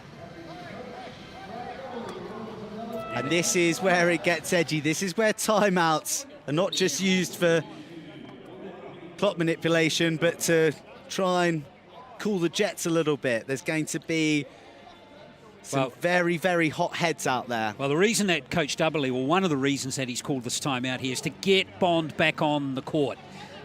You can't substitute a player after a try, but you can when you have a timeout. So we're going to see Bond back in. It's going to see Fawcett back in, and Edmondson and Harrison, the 2 players who are class 2.0, are out. So the double Bs are back out there. The killer bees. But interestingly, coming at the expense of Edmondson, who's offered so much out there for Australia today. Fredriksson squirms free. Peters, he's under real pressure from Bonn. But one powerful revolution of the wheels gives himself enough daylight, gobbles up the through ball. Denmark regather the lead. Here comes Riley Batt. Looked dissatisfied with something there for a moment. Targets the right funnel. Oh! What a ball. What a ball. Spinning blind and finding his mark with sniper-like precision. That was so good. For any other player, that'd be a showboat, but that's just what Riley Bat does to get the job done. Peters, will he get there? Oh. Expert! What skill from both teams. That was a risky pass. Oh, wow, brilliant the pickup. mood that Peters is in. Such a low take, such a difficult take. And then being shunted and not even wheeling across, skidding. So, with 1:46 to play, can we calculate who's going to get the last play of the game? Will it be locked up at 52 all in 46 seconds, which means Denmark are probably going to get the last play? Well, that might change now, but at least they're 1 point in front now. Peters eats out a couple more seconds before scoring the try. Denmark defending deep, populating the key, asking questions of the Australian attacking guile. They've been caught on the counter a number of times at pace. Bat unlocks them, batters them down usually, but this time just uses the hairpin to unlock them. Well, it's going to be 3, possibly 4 plays to come. Maybe 5, we'll see. Fredriksson. Marshalled well by Bond and then Bat. Peters has a difficult ball to control. And as such, just takes a bit of time out of the clock. Well, brilliant. That was almost a huge play from Chris Bond, but Peters comes away and flips it to Fredriksson, who's nearly on 30 tries. Well, at worst now, really it's going to be a tie for Denmark. That scores, and in the hope of getting another play, which they will. Have you got a crystal ball with you that I'm not aware of? Because the way this is being competed, I don't think you can take any assumptions about how this final minute is going to conclude. And Fredriksson, who's had so much say in the game, nearly 30 goals, his haul. But look again, the quality of play from the personnel in the red jerseys to give him the freedom to wheel around with abandon. Chris Bond tries to interject. The shot clock approaching 10 seconds. Peters has found space. And this is really, really considered play. And they call the timeout. 1 second left on the shot clock. 14.9 seconds remaining. This could be the final play of the game. Wow, interesting tactics there from Peters. They are backing themselves to score and then deny Australia the ball. That was the whole idea surrounding that play. It's all on this. Australia, the reigning gold medalists, 53. Denmark, the new Paralympians, 53. 15 seconds left on the clock. 15 seconds for the Danes to score and deny Australia enough time to go down the other end and find an equaliser. 6-5 in the hands of Fredriksson, who's been their man all game. Gets across, 2.7 seconds remain. Australia throw the Hail Mary, but it's not accurate enough.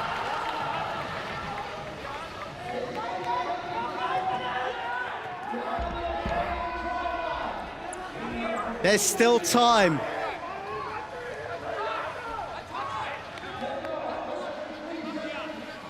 There is still time for more drama.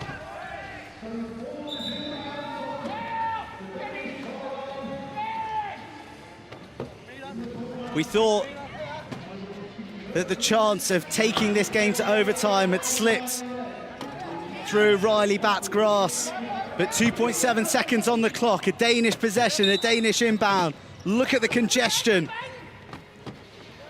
Fredriksson takes it, he holds it, he wheels away, and the Danish bench erupts because Denmark have beaten the Olympic gold medalists, Australia, in an epic at the Yoyogi National Stadium. Group A, mixed wheelchair rugby, day one. Australia, the reigning gold medalist, defeated by Denmark, 53 points to 54.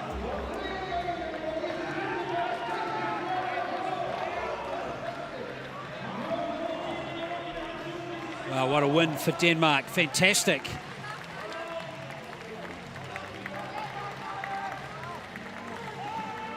Oh, that should give them real belief with big games to come. Mark Peters, what a hero he was. Leon Jurgensen. And, of course, Fredriksson. Bond. He'll find us defeat hard to take, as will Riley Batt and the rest of the Australian team. But it's Denmark's day. Tremors sent through the Paralympic wheelchair rugby landscape, because Denmark, the new kids on the block, have sprung a huge upset here, defeating Australia. And what an incredible game. What an incredible game to open this group that contains Japan and France. Japan, a much fancied medal favourite as well. And it puts Denmark in prime position to progress to the semi-finals potentially.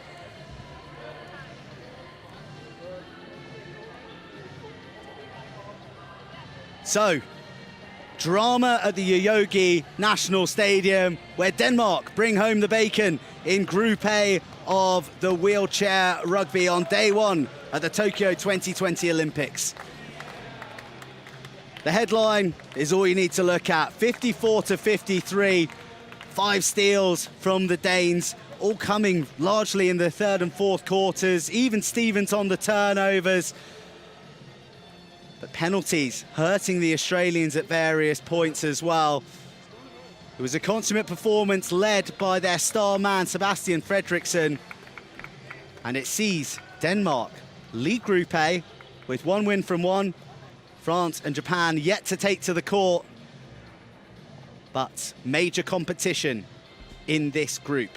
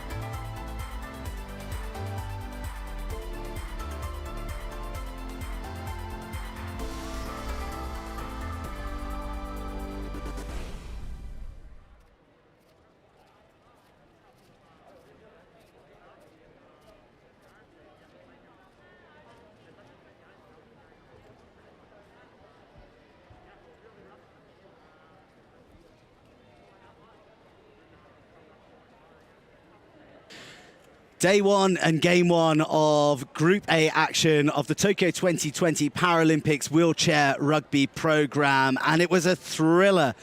Australia, the reigning Olympic champions, defeated by the newcomers Denmark. Pool A thrown wide open for the rest of this Paralympics.